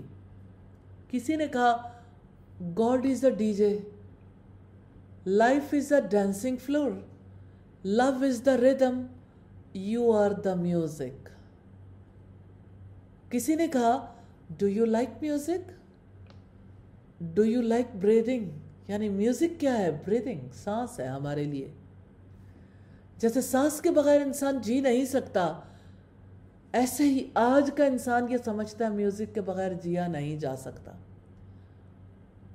اور اب یہ دیکھیے میوزک کے ساتھ کچھ چیزیں بہت زیادہ نسبت رکھتی ہیں، جیسے جادو، شراب۔ میں اس کے جواب کے لیے سیدنا قتادہ سے ایک روایت لانا چاہتی ہوں۔ قتادہ رضی اللہ تعالیٰ عنہ فرماتے ہیں کہ جب شیطان ملعون ہو کر آسمان سے نیچے اتر آیا، کہنے لگا اے اللہ تو نے مجھے ملعون بنا دیا ہے، یہ بتا کہ دنیا میں میرا علم کون سا ہوگا۔ علم، نالج، آپ کے پاس بھی تو کوئی ڈگری ہے نا، کوئی نالج ہے۔ اللہ تعالیٰ نے فرمایا تیرا علم جادو ہوگا۔ پھر کہنے لگا میری پسندیدہ آواز کون سی ہوگی؟ اللہ تعالیٰ نے فرمایا گانا بجانا۔ پھر کہنے لگا میرا پسندیدہ مشروب کون سا ہوگا؟ اللہ تعالیٰ نے فرمایا ہر نشہ آور چیز تیرا مشروب ہوگا۔ 3 چیزیں ہیں، گانا بجانا یعنی میوزک، سانگز، نشہ آور اشیاء یعنی شراب یا ڈرگز جس سے نشہ ہوتا ہے، اور جادو۔ تینوں کے اوصاف ملتے جلتے ہیں، تینوں کا تعلق شیطان سے ہے۔ یہ شیطان کا مذہب ہے، ریلیجن۔ یہ کیسا ریلیجن ہے آج جس کے بہت بڑے بیلیورز پیدا ہو گئے۔ عجیب بات ہے، جو شیطان کا عقیدہ تو رکھتے ہیں لیکن شیطان کی پوجا نہیں کرتے، وہ ہیں اسی کے دین پر۔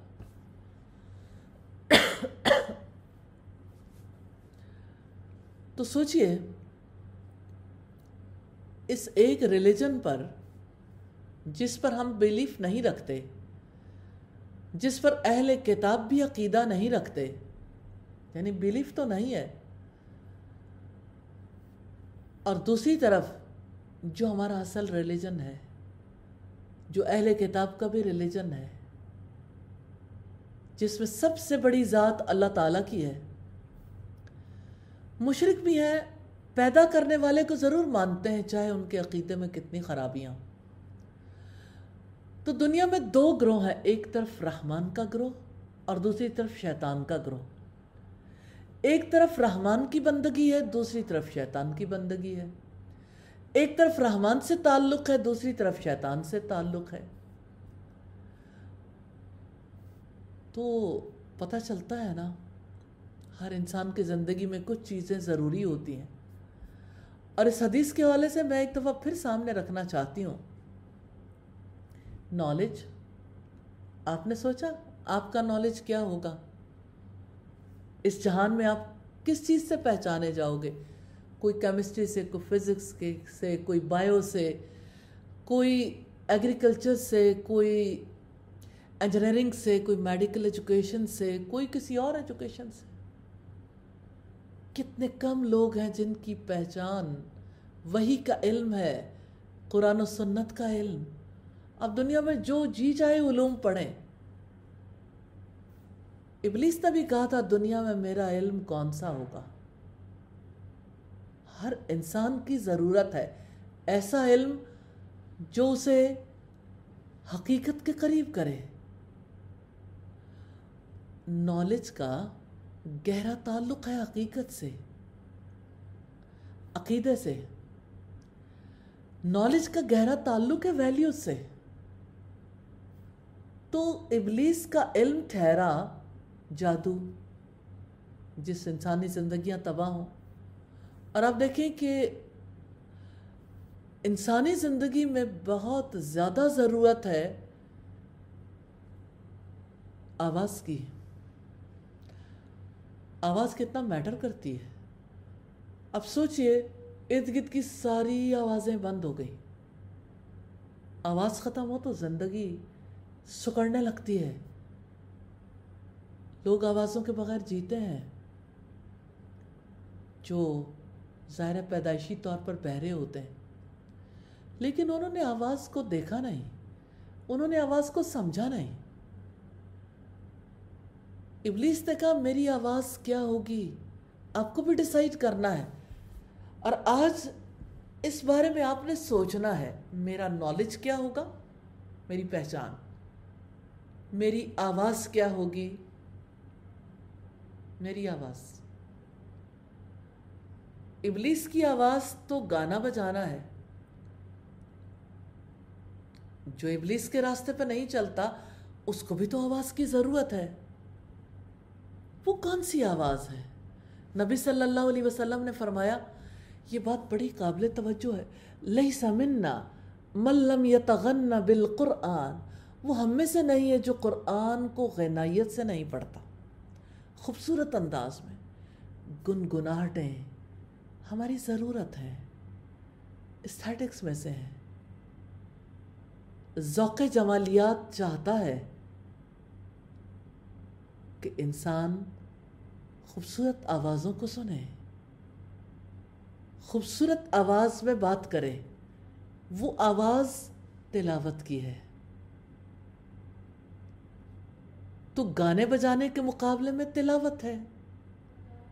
میوزک سے تلاوت تک کا سفر کیسے طے ہوگا؟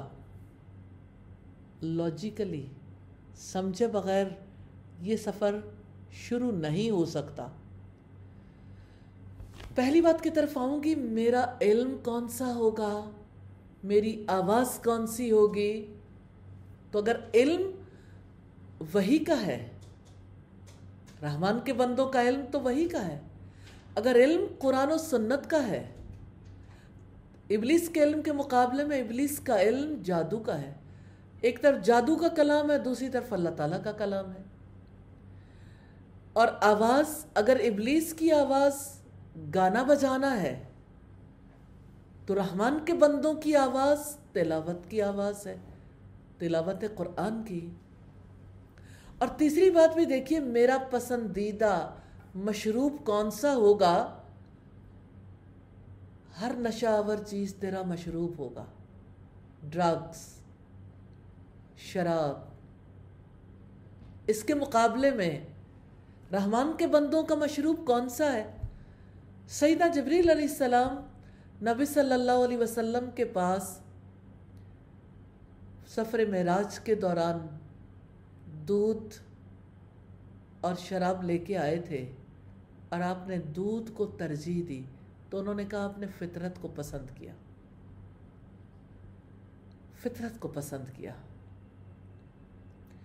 مشروبات بہت سے حلال ہیں، لیکن ہمارا بینگ اے مسلم جو ہمارے لیے سمبل ہے وہ تو زمزم ہے نا، لیکن دودھ ہر جگہ اویلیبل ہے۔ تو یوں ہم دیکھتے ہیں تین چیزیں ہیں، تینوں کے اوصاف ملتے ہیں، تینوں کاموں سے اللہ کے رسول نے منع فرمایا۔ سوال یہ پیدا ہوتا ہے اس کی وجہ کیا ہے؟ سادہ سی بات ہے، شریعت کے 5 بنیادی مقاصد۔ ان 5 مقاصد میں سے ایک عقل کی حفاظت ہے، کیونکہ عقل محفوظ نہ ہو تو درست کام نہیں کرتی۔ عقل کا مسئلہ یہ کہ بظاہر تو اس کا رول بڑا لیڈنگ ہے، حاکمانہ کردار ادا کرتی ہے، لیکن عقل ہمیشہ سلیو ہارڈ ڈسک کا سا کام کرتی ہے۔ آپ کو بڑا عجیب لگے گا، لیکن ہمارے علماء نے اس پر بات کی ہے کہ جب انسان کی عقل پر غصہ غالب ہوتا ہے تو وہ غضب کے لیے دلیلیں تلاش کرتی ہے، اور جس وقت انسان پر شہوت غالب ہوتی ہے تو یہ شہوت کے لیے دلیلیں تلاش کرتی ہے۔ تو عقل جو ہے نا، یہ سلیو ہارڈ ڈسک کے طور پر ہی کام کرتی ہے۔ حالانکہ اگر دیکھیں تو عقل انسان کو ممتاز کرتی ہے نا باقی مخلوقات سے، لیکن اقبال کہتا ہے عقل عیار ہے 100 بھیس بنا لیتی ہے، اور اقبال کہتا ہے گزر جا عقل سے آگے کہ یہ نور چراغ راہ ہے تیری منزل نہیں۔ یعنی عقل انسان کے لیے راستہ دکھانے میں معاون ہو سکتی ہے، لیکن عقل منزل نہیں، وہی منزل ہے۔ تو اللہ تعالیٰ اپنے کلام میں کہتے ہیں افلا تعقلون، کیا تم عقل سے کام نہیں لیتے، سمجھتے نہیں ہو؟ سمجھ بوجھ ہماری زندگی کے لیے ناگزیر ہے، لیکن حقیقت یہ ہے کہ یہ عقل اسی وقت درست کام کرتی ہے جب عقل بنانے والے کی رہنمائی کے مطابق کام کیا جائے۔ اب ہم دیکھتے ہیں کہ شراب کا تعلق کس چیز سے ہے، شراب سے کیوں روکا گیا؟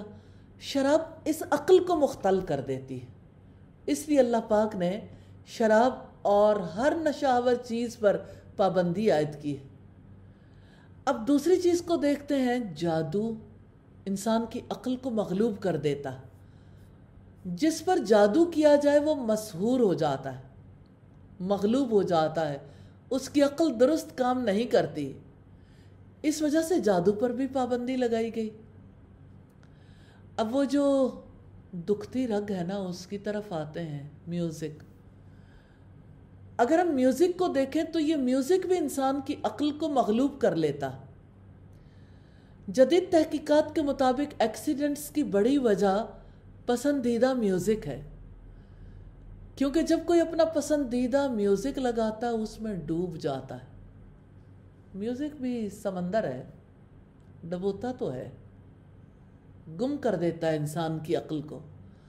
اور جب کوئی فاسٹ میوزک سنتا ہے تو اس کے ساتھ ساتھ خود بھی مشغول اور انوالو ہو جاتا ہے، پھر سپیڈ پر کنٹرول رکھنا ممکن نہیں رہتا۔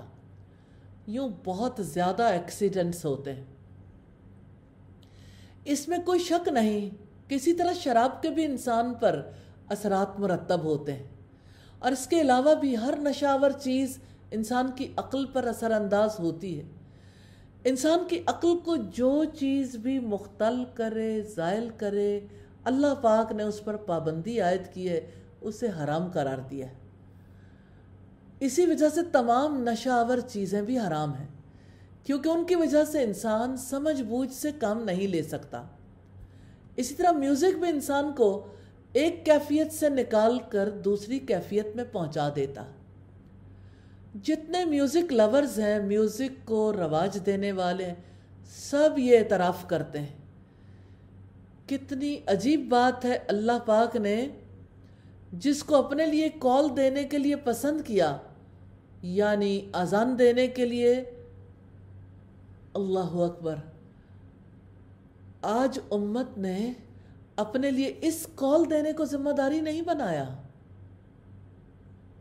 اللہ پاک کی بڑائی بیان کرنے کو اپنی ذمہ داری نہیں بنایا۔ ہاں کچھ لوگ ضرور ہیں جو اللہ تعالیٰ کی محبت کی وجہ سے یا کسی بھی وجہ سے اذان دیتے ہیں، شاید کسی کی جاب ہو یا کچھ اور ذمہ داری ہو، لیکن ذمہ داری ہے بہت بڑی۔ اس کے مقابلے میں جن لوگوں نے میوزک کو رواج دینا اپنی ذمہ داری محسوس کی، کون ہے جو اس میں شامل نہیں؟ ڈیزائنرز، مارکیٹنگ کرنے والے، کمپنیاں، کچھ بیچنے والے، کچھ خریدنے والے، پیچھے جہاں پروڈکشن ہوتی ہے، کسی چیز کو مارکیٹ کیا جاتا ہے، میوزک کے بغیر سوچا بھی نہیں جا سکتا۔ تو یوں میوزک جو شیطان کی اذان ہے ہر جگہ رواج پا گیا، اور رحمان کی اذان کو رواج دینے کے لیے کتنے لوگ کام کرتے ہیں، کتنے گھرانے ہیں جو اپنے بچوں کے لیے کوشش کرتے ہوں کہ ہمارا بچہ رحمان کے لیے پکار دینے والا بن جائے، مؤذن۔ کہاں پر ایسے ادارے ہیں؟ کہاں ایسی اکیڈمیز ہیں جہاں اذان دینے کے لیے لوگوں کو تیار کیا جاتا ہو، جہاں لوگوں کو رغبت دلائی جاتی ہو؟ اس کے مقابلے میں کتنے ادارے ہیں جو میوزک کو رواج دینے کے لیے کام کر رہے ہیں۔ لوگ اس میوزک سے مال بھی بناتے ہیں، انسانوں کی عقل بھی مختل کرتے ہیں، اور انسان اپنا سب کچھ دے کر بھی خوش رہنے کے لیے میوزک سننا چاہتے ہیں۔ تو یاد رکھیے گا، جیسے شراب حرام ہے، جیسے جادو حرام ہے، ایسے ہی میوزک بھی حرام ہے۔ اگر آپ سور کو حرام سمجھتے ہیں، اگر آپ بہتے ہوئے خون کو حرام سمجھتے ہیں اس لیے کہ رب نے اسے حرام قرار دیا، تو پھر اسی رب نے میوزک کو حرام قرار دیا ہے۔ میوزک کو حرام کیوں نہیں سمجھتے؟ اس کو حلال ثابت کرنے کے لیے آگے بڑھ کے کوششیں کرنے والوں میں کیوں شامل ہوتے ہیں؟ کیا میوزک عقل پر اثر انداز نہیں ہوتا؟ اگر نشہ اثر انداز ہوتا ہے، جادو ہوتا ہے، ریلی اس کی ریسرچ کر لیں، پتہ چلے گا کہ میوزک کتنا زیادہ اثر انداز ہوتا ہے۔ اچھا چلیں آپ دیکھیں، آپ نہیں چاہتے کہ آپ کوئی میوزک، کوئی گیت ایسا سنیں، لیکن کسی جگہ پر آپ موجود ہیں، آپ کی کوئی توجہ نہیں اس جانب، لیکن تھوڑی دیر بعد آپ دیکھیں گے کہ آپ کے پاؤں یا آپ کے ہاتھ خود بخود ہلنے لگ گئے۔ یعنی انسان کو پتہ بھی نہیں چلتا، اس برے طریقے سے میوزک کے اثرات انسان پر مرتب ہوتے ہیں۔ تو میوزک کے بارے میں لوگوں کا نقطہ نظر اتنا شدید کیوں نہیں ہے جتنا بہتے خون کے بارے میں ہے؟ اسے تو کھانا نہیں چاہتے، مردار تو کھانا نہیں چاہتے، میوزک کو لائٹ کیوں لیتے ہیں؟ حالانکہ میوزک کے اثرات سے تو کوئی محفوظ رہ ہی نہیں سکتا۔ اللہ تعالیٰ نے کان بنائی ایسے، کان کھلے ہیں، میوزک کانوں میں جاتا ہے۔ اب دیکھیں، اگر کوئی نشہ کرنا چاہے تو کہیں سے جا کے نشہ خریدے گا، پھر نشہ کرے گا، لیکن یہ میوزک ایسا نشہ ہے جو کبھی آپ سننا نہیں بھی چاہتے، آپ کو سنوا دیا جاتا ہے۔ جب کبھی آپ کی عام روزمرہ زندگی میں حرام چیزیں شامل ہو جاتی ہیں نا، آہستہ آہستہ احساس گناہ بھی ختم ہو جاتا ہے، آپ ان کے عادی ہو جاتے ہیں۔ جیسے لوگ نشے کے عادی ہوتے ہیں، اسی طرح میوزک کے بھی عادی ہو جاتے ہیں۔ اور اللہ پاک نے یہ تینوں چیزیں جو عقل کو خراب کر دینے والی ہیں، اسی لیے حرام قرار دیے ہیں کہ انسان کو عقل اور ہوش سے بیگانہ کر دیتی ہیں۔ ان کی وجہ سے کم از کم درجے میں عقل مغلوب ضرور ہو جاتی ہے، یعنی عقل کام کرنے کی پوزیشن میں نہیں رہتی۔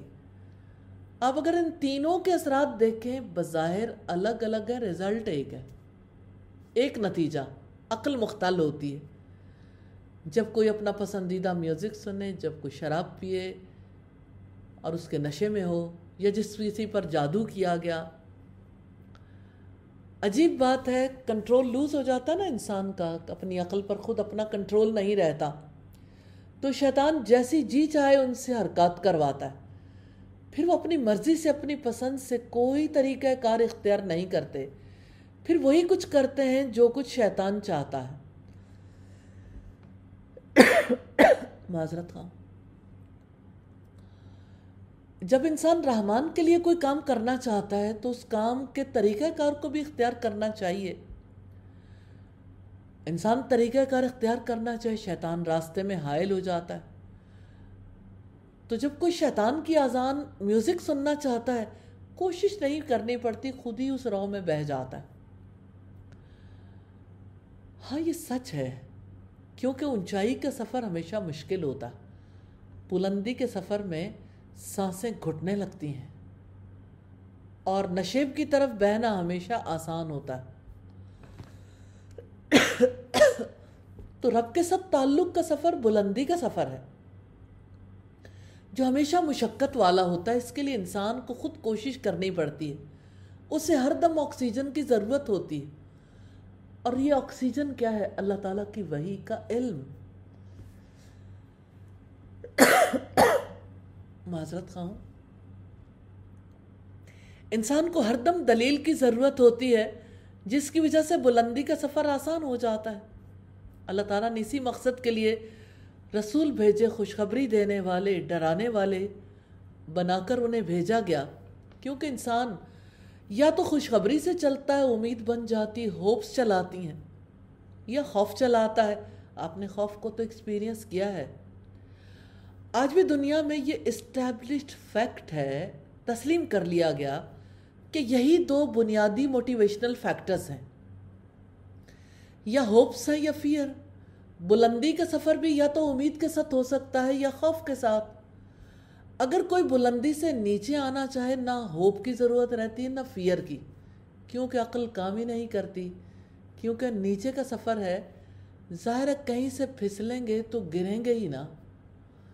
کوئی طیارہ اوپر کو ٹیک آف کرنے لگتا ہے تو کافی قوت لگانی پڑتی ہے، لیکن جب کوئی گر کے تباہ ہونا چاہے تو اس کو کوئی قوت نہیں لگانی پڑتی۔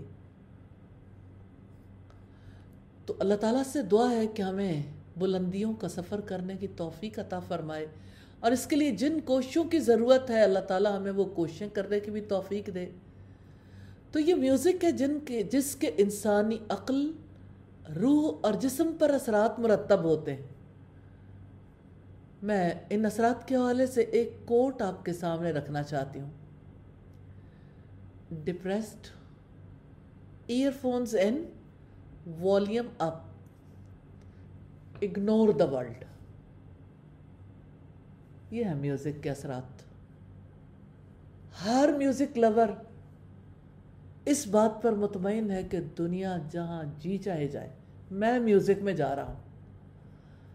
ساغر کو میرے ہاتھ سے لینا کہ چلا میں۔ پھر ارد گرد کی دنیا سے انسان غافل ہو جاتا ہے۔ جب آپ ہینڈز فری لگاتے ہیں، ایئر فون لگاتے ہیں، تو آپ ظاہر ہے پوری دنیا سے اپنا رشتہ کاٹ لیتے ہیں۔ آپ ذرا دیکھیے، اچھا چلیے کبھی سوچئے اس طرح سے بھی کہ ایک سٹی میں کتنے ہینڈز فری یا کتنے ایئر فونز ہوں گے ایک سٹی میں۔ ایک گھر میں دیکھیں، ایک شہر میں دیکھیں، ایک ملک میں دیکھیں، آپ کو پتہ چل جائے گا کہ دنیا میں میوزک لورز کی تعداد کتنی ہے، اور اس دنیا میں اللہ تعالیٰ کے کلام کے ساتھ محبت کتنے لوگوں کو ہے۔ اللہ کی اذان بلند کرنے والے کہاں گئے؟ اللہ رب العزت کی طرف پکارنے والے کہاں ہیں؟ وہ خوبصورت آوازیں جو فجر کے وقت بلند ہوا کرتی تھیں، آج وہ معاشرے سے کیسے غائب ہو گئیں، اور میوزک کی صدائیں ہر جانب سے آتی ہیں۔ تو جو شخص بھی پوری دنیا سے اپنا رشتہ کاٹ لیتا ہے، آپ نے غور کیا سوشل میڈیا، سوشل ڈسٹینسنگ دونوں میں کیا تعلق ہے؟ یہ میوزک ہے، نیا لائف سٹائل۔ میوزک کے عادی تو تھے ہی، لیکن اس نئے لائف سٹائل میں ہر آنے والے دن میں کچھ اور ہی چیزیں ایڈ ہوتی چلی جا رہی ہیں۔ پوری دنیا سے رشتہ کاٹنے والا آواز کے سحر میں ہوتا ہے۔ آواز کا جادو ہے۔ وہ آواز کہاں سے کہاں لے جاتی ہے۔ بظاہر تو لگتا ہے ہلکے پھلکے ہو گئے، غموں سے آزاد ہو گئے، ارد گرد کا کوئی ہوش نہیں، لیکن آپ اپنی انسانیت میں بھی تو نہیں رہے۔ آپ کی زندگی کا توازن، بیلنس تب درست طور پر قائم رہ سکتا ہے جب آپ کے جسم، آپ کے ذہن، آپ کی روح کا بیلنس قائم ہو۔ تو بیلنس خراب کرنے والی چیزوں میں جیسے شراب ہے، جیسے جادو ہے، ایسے ہی میوزک بھی ہے۔ میوزک انسان کے حواس پر قابو پا لیتا ہے، کنٹرول کر لیتا، اور میوزک کے سر کے ساتھ بے ساختہ جی چاہتا ہے کہ سر ملائی جائے۔ ریلی اگر آپ ایک لمحے کے لیے غافل ہوں، اپنے ماحول میں کام کر رہے ہوں، احساس نہ ہو کہ ہلکا پھلکا میوزک لگا، کچھ دیر کے بعد آپ دیکھیں گے آپ کی زبان پر بھی وہی الفاظ ہوں گے۔ آپ کو یہ بھول جائے گا یہاں پر میوزک ہے، آپ کو یہ یاد نہیں رہے گا کہ میوزک کے بارے میں اللہ تعالیٰ کا حکم کیا ہے۔ آپ رو میں بہہ جائیں گے۔ میوزک کی ایک اور شناخت بھی ہے۔ ایک اور کردار ہے جو بڑا پاورفل فیکٹر ہے، وہ یہ کہ میوزک کے ساتھ انسان کے ہاتھ پاؤں حرکت کرنے لگتے ہیں، اور جسم کی ایسی حرکت کا نام رقص ہے۔ اگر میوزک ہے، کچھ بول ایسے ہیں، ردم ہے، تو آپ کی انگلیاں چلنے شروع ہو جائیں گی۔ اپنے اپنے تجربات ہیں، مجھے لگتا ہے آپ بھی اپنے کوئی جو میوزک کے ساتھ آپ کا تعلق ہے، اس کی کوئی سٹوری، اس کے کوئی تجربات لکھنے چاہیے، کیونکہ ہر کسی کی زندگی میں بہت تجربات ہیں۔ اگر آپ کمپیوٹر پر کام کر رہے ہیں، کچھ ٹائپ کر رہے ہیں، آپ کی انگلیاں آپ کی چوائس سے نہیں، میوزک کے ردم کے ساتھ چلنی شروع ہو جائیں گی، کبھی تیز کبھی آہستہ، آپ کو پتہ بھی نہیں چلے گا، ٹانگیں بھی ہلنے لگ جائیں گی۔ یہ ایسی حرکت ہے جس پر آپ کا کوئی اختیار نہیں، یہ غیر اختیاری حرکت ہے۔ اسی طرح میوزک لگاؤ تو سم ٹائمز یعنی ایسا میوزک ہوتا ہے، کسی کا جی چاہتا ہے سیٹیاں بجائے، کسی کا جی چاہتا ہے تالیاں بجائے۔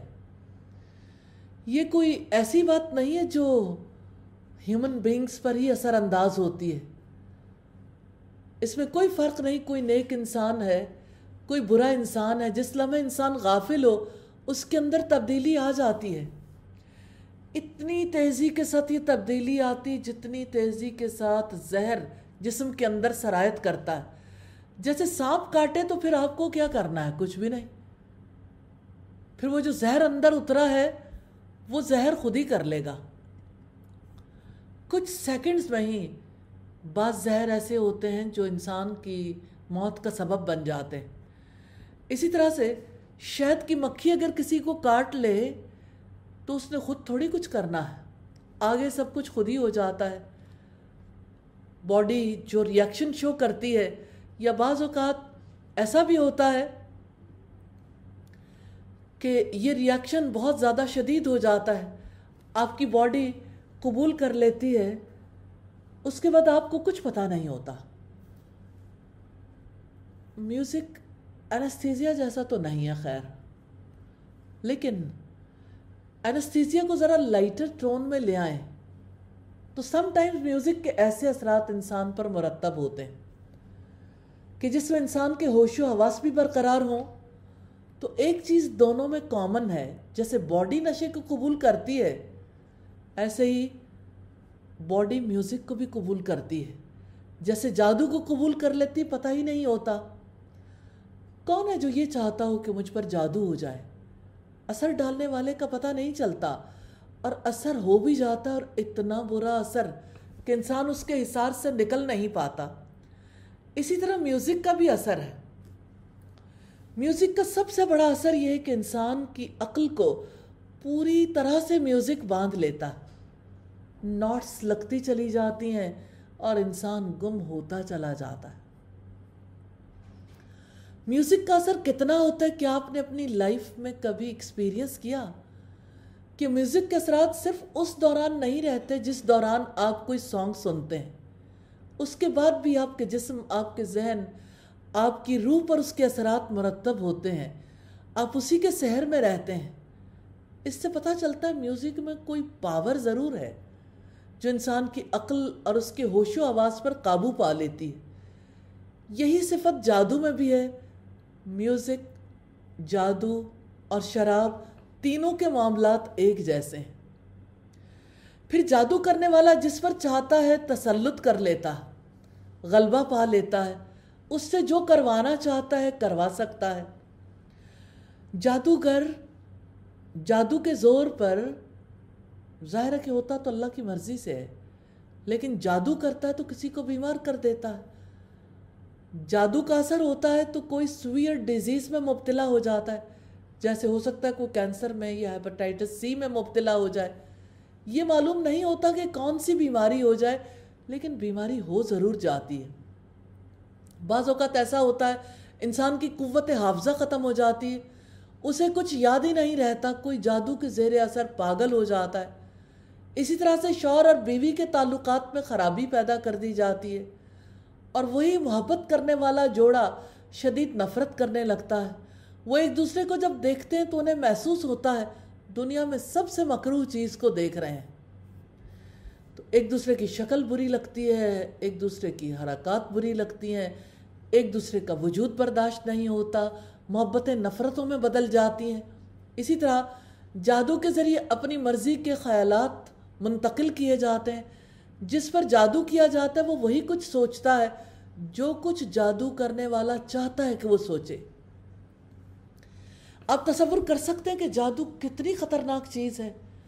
اور پھر جب جادو آنکھوں پر کیا جاتا ہے، جیسے سیدنا موسیٰ علیہ السلام کا جب جادوگروں سے مقابلہ ہوا تو رسیاں اور لاٹھیاں سانپ دکھائی دینے لگیں. جادوگر کا یہی کام ہوتا ہے. اسی وجہ سے فرعون نے بھی جب لاٹھی کو بڑے اژدہا میں بدلتے دیکھا، کہا یہ جادو ہے، کیونکہ جادو نظروں پر کیا جاتا ہے. نظریں پھر وہی دیکھتی ہیں جو جادوگر چاہتا ہے. اسی لیے جادو کو کفر کہا گیا، کیونکہ دل اور دماغ کو خالق کی اطاعت سے روکتا ہے. میں نہیں سمجھتی صرف دل اور دماغ رکتا ہے، جسم بھی رک جاتا ہے. اس کی ابتدائی سٹیج اگر آپ دیکھیں تو لوگ ڈپریشن میں چلے جاتے ہیں. ڈپریشن میں جانے والا عبادت بھی نہیں کر پاتا، اس کو اپنا وجود بوجھل لگتا ہے، اس سے کوئی کام نہیں ہوتا، کیونکہ امید کا رشتہ کٹ جاتا ہے. عقل خراب ہوتی ہے تو انسان کی امید کا رشتہ منقطع ہو جاتا ہے. اسی طرح سے ابلیس میوزک کے ذریعے انسان کا اختیار چھین لیتا ہے، اپنے مقصد کے مطابق کام کرواتا ہے، اپنی چاہت کے مطابق چلاتا ہے. اس لحاظ سے اگر ہم دیکھیں تو کوئی شک نہیں، میوزک کے اندر پاور ہے. آپ نے تان سین کے بارے میں سنا ہوگا، جب وہ گیت گاتا تھا پانی میں بھی آگ لگ جاتی تھی. اثر تو ہے، قوت تو ہے، پاور تو ہے. لیکن آپ جانتے ہیں پاور دو طرح کی ہوتی ہے، انرجی دو طرح کی ہوتی ہے، پازیٹیو انرجی اور نیگیٹو انرجی. نیگیٹو انرجی ہمیشہ نقصان دہ ہوتی ہے. میوزک انسان کی باڈی کے اندر نیگیٹو انرجی پیدا کرتا ہے، جس کی وجہ سے انسان کبھی پازیٹیو کام نہیں کرتا، ہمیشہ نیگیٹو کام کرتا ہے. اس کی سوچ بھی ہمیشہ نیگیٹو رہتی ہے اور اسی جانب جاتا ہے. پاپ میوزک کے بارے میں لوگ کہتے ہیں، آپ نے یہ کوڈ بھی پڑھی ہوگی، music is my painkiller. میری پین، میرا درد دور کرنے والا میوزک ہے. میں اپنے غموں سے، اپنے درد سے بیگانہ ہو جاتا ہوں موسیقی کی وجہ سے. اسی طرح میوزک کے بارے میں کہا جاتا ہے، music has healing power. Music شفا دینے کی قوت رکھتا ہے، یعنی میوزک کی وجہ سے بیماریاں بھی ٹھیک ہو جاتی ہیں. میوزک کا کم از کم اثر ہوتا ہے کہ کچھ گھنٹوں کے لیے انسان اپنی تکلیف سے بیگانہ ہو جاتا ہے. تو جادو کی طرح انسان پر میوزک بھی غلبہ پا جاتا ہے. جیسے جادو کے بارے میں انسان کو پتہ نہیں چلتا، ایسے ہی میوزک کا بھی پتہ نہیں چلتا. میوزک کو برتتا ہے، انجوائے کرتا ہے، اثرات مرتب ہوتے ہیں. شراب بھی انسان کی عقل کو گم کر دیتی ہے، میوزک بھی اور جادو بھی. لیکن میوزک کے اثرات شاید باقی دو سے بھی زیادہ سخت قسم کے ہیں. نبی صلی اللہ علیہ وسلم نے فرمایا، بعض بیان جادو ہوتے ہیں. جیسے جادو کا اثر ہوتا ہے، ایسے ہی کسی کی گفتگو ہوتی ہے جو ہمیں اپنے سحر میں جکڑ لیتی ہے. جیسے کسی نے کہا، اس غیرت ناہید کی ہر تانگ ہے دیپک، ہر تان ہے دیپک، شعلہ سا لپک جائے ہے آواز تو دیکھو. اس غیرت ناہید کی ہر تان ہے دیپک، شعلہ سا لپک جائے ہے آواز تو دیکھو. یہ آواز کا سحر ہے، جادو ہے. کسی کی باتیں اتنی اچھی لگتی ہیں، جیسے قرآن کہتا ہے، وَمِنَ النَّاسِ مَن يُعْجِبُكَ قَوْلُهُ فِي الْحَيَاةِ الدُّنْيَا. اور لوگوں میں سے کوئی ہے جس کی بات دنیا کی زندگی میں آپ کو پسند آتی ہے، اور جو اس کے دل میں ہے اس پر وہ اللہ تعالیٰ کو گواہ بناتا ہے، حالانکہ وہ جھگڑے میں سخت جھگڑالو ہے. لیکن یہ سچ ہے، کچھ بیان جادو ہوتے ہیں، اور انسان پر جیسے جادو اثر کرتا ہے، جیسے شراب اثر کرتی ہے، ایسے ہی سانگز اثر کرتے ہیں. کچھ لوگوں کی باتیں بھی اثر انداز ہوتی ہیں، میوزک بھی اثر کرتا ہے. کچھ چیزوں کے بارے میں کہا جاتا ہے جادو ہیں، جیسے حسن کا جادو. جیسے آپ کسی مقام پر پہنچتے ہیں، خوبصورت آبشار، جھیل ہے، پہاڑ ہیں جو برف سے ڈھکے ہوئے ہیں، منظر دیکھ کر آپ کو یوں لگتا ہے سحر طاری ہو گیا۔ ایسے ہی میوزک ہم پر غلبہ پا جاتا ہے۔ ہم اپنی اس گفتگو کو جاری رکھیں گے لیکن وقت ختم ہو گیا۔ انشاءاللہ باقی سلسلہ ہم کل دیکھیں گے۔ کچھ چیزیں آج آپ نے میوزک کے حوالے سے دیکھی، ایک چھوٹا سا کوئز ہوگا، ضرور فل کیجئے۔ انسان کا انٹرسٹ بڑھتا ہے، سمجھنے میں ہیلپ ملتی ہے، بہت سارے سوالات جنم لیتے ہیں، اور میں ضرور چاہوں گی کہ میوزک کے بارے میں آپ اپنے ایکسپیرینسز ضرور لکھیں، کیونکہ میوزک کے بارے میں آپ کو کچھ تو ڈیسائیڈ کرنا ہے۔ نزول قرآن کے مہینے میں، برکت والے مہینے میں، آخر اللہ تعالیٰ نے بے سبب تو آپ کو قرآن سے نہیں جوڑا، اپنا کلام بے سبب تو نہیں پڑھایا، تو ہمیں ڈیسائیڈ تو کرنا ہے، اور ڈیسائیڈ آپ خود کریں گے۔ آپ ہیں اور آپ کا رب۔ ہم جو بات چیت کرتے ہیں اس لیے کہ آپ کے لیے آسانی پیدا ہو جائے۔ انشاءاللہ کل کے دن پہ اس گفتگو کو جاری رکھیں گے۔ آج کے لیے اتنی بات کافی ہے۔ سبحانک اللہم و بحمدک، نشہد ان لا الہ الا انت، نستغفرک و نتوب الیک۔ السلام علیکم ورحمۃ اللہ وبرکاتہ۔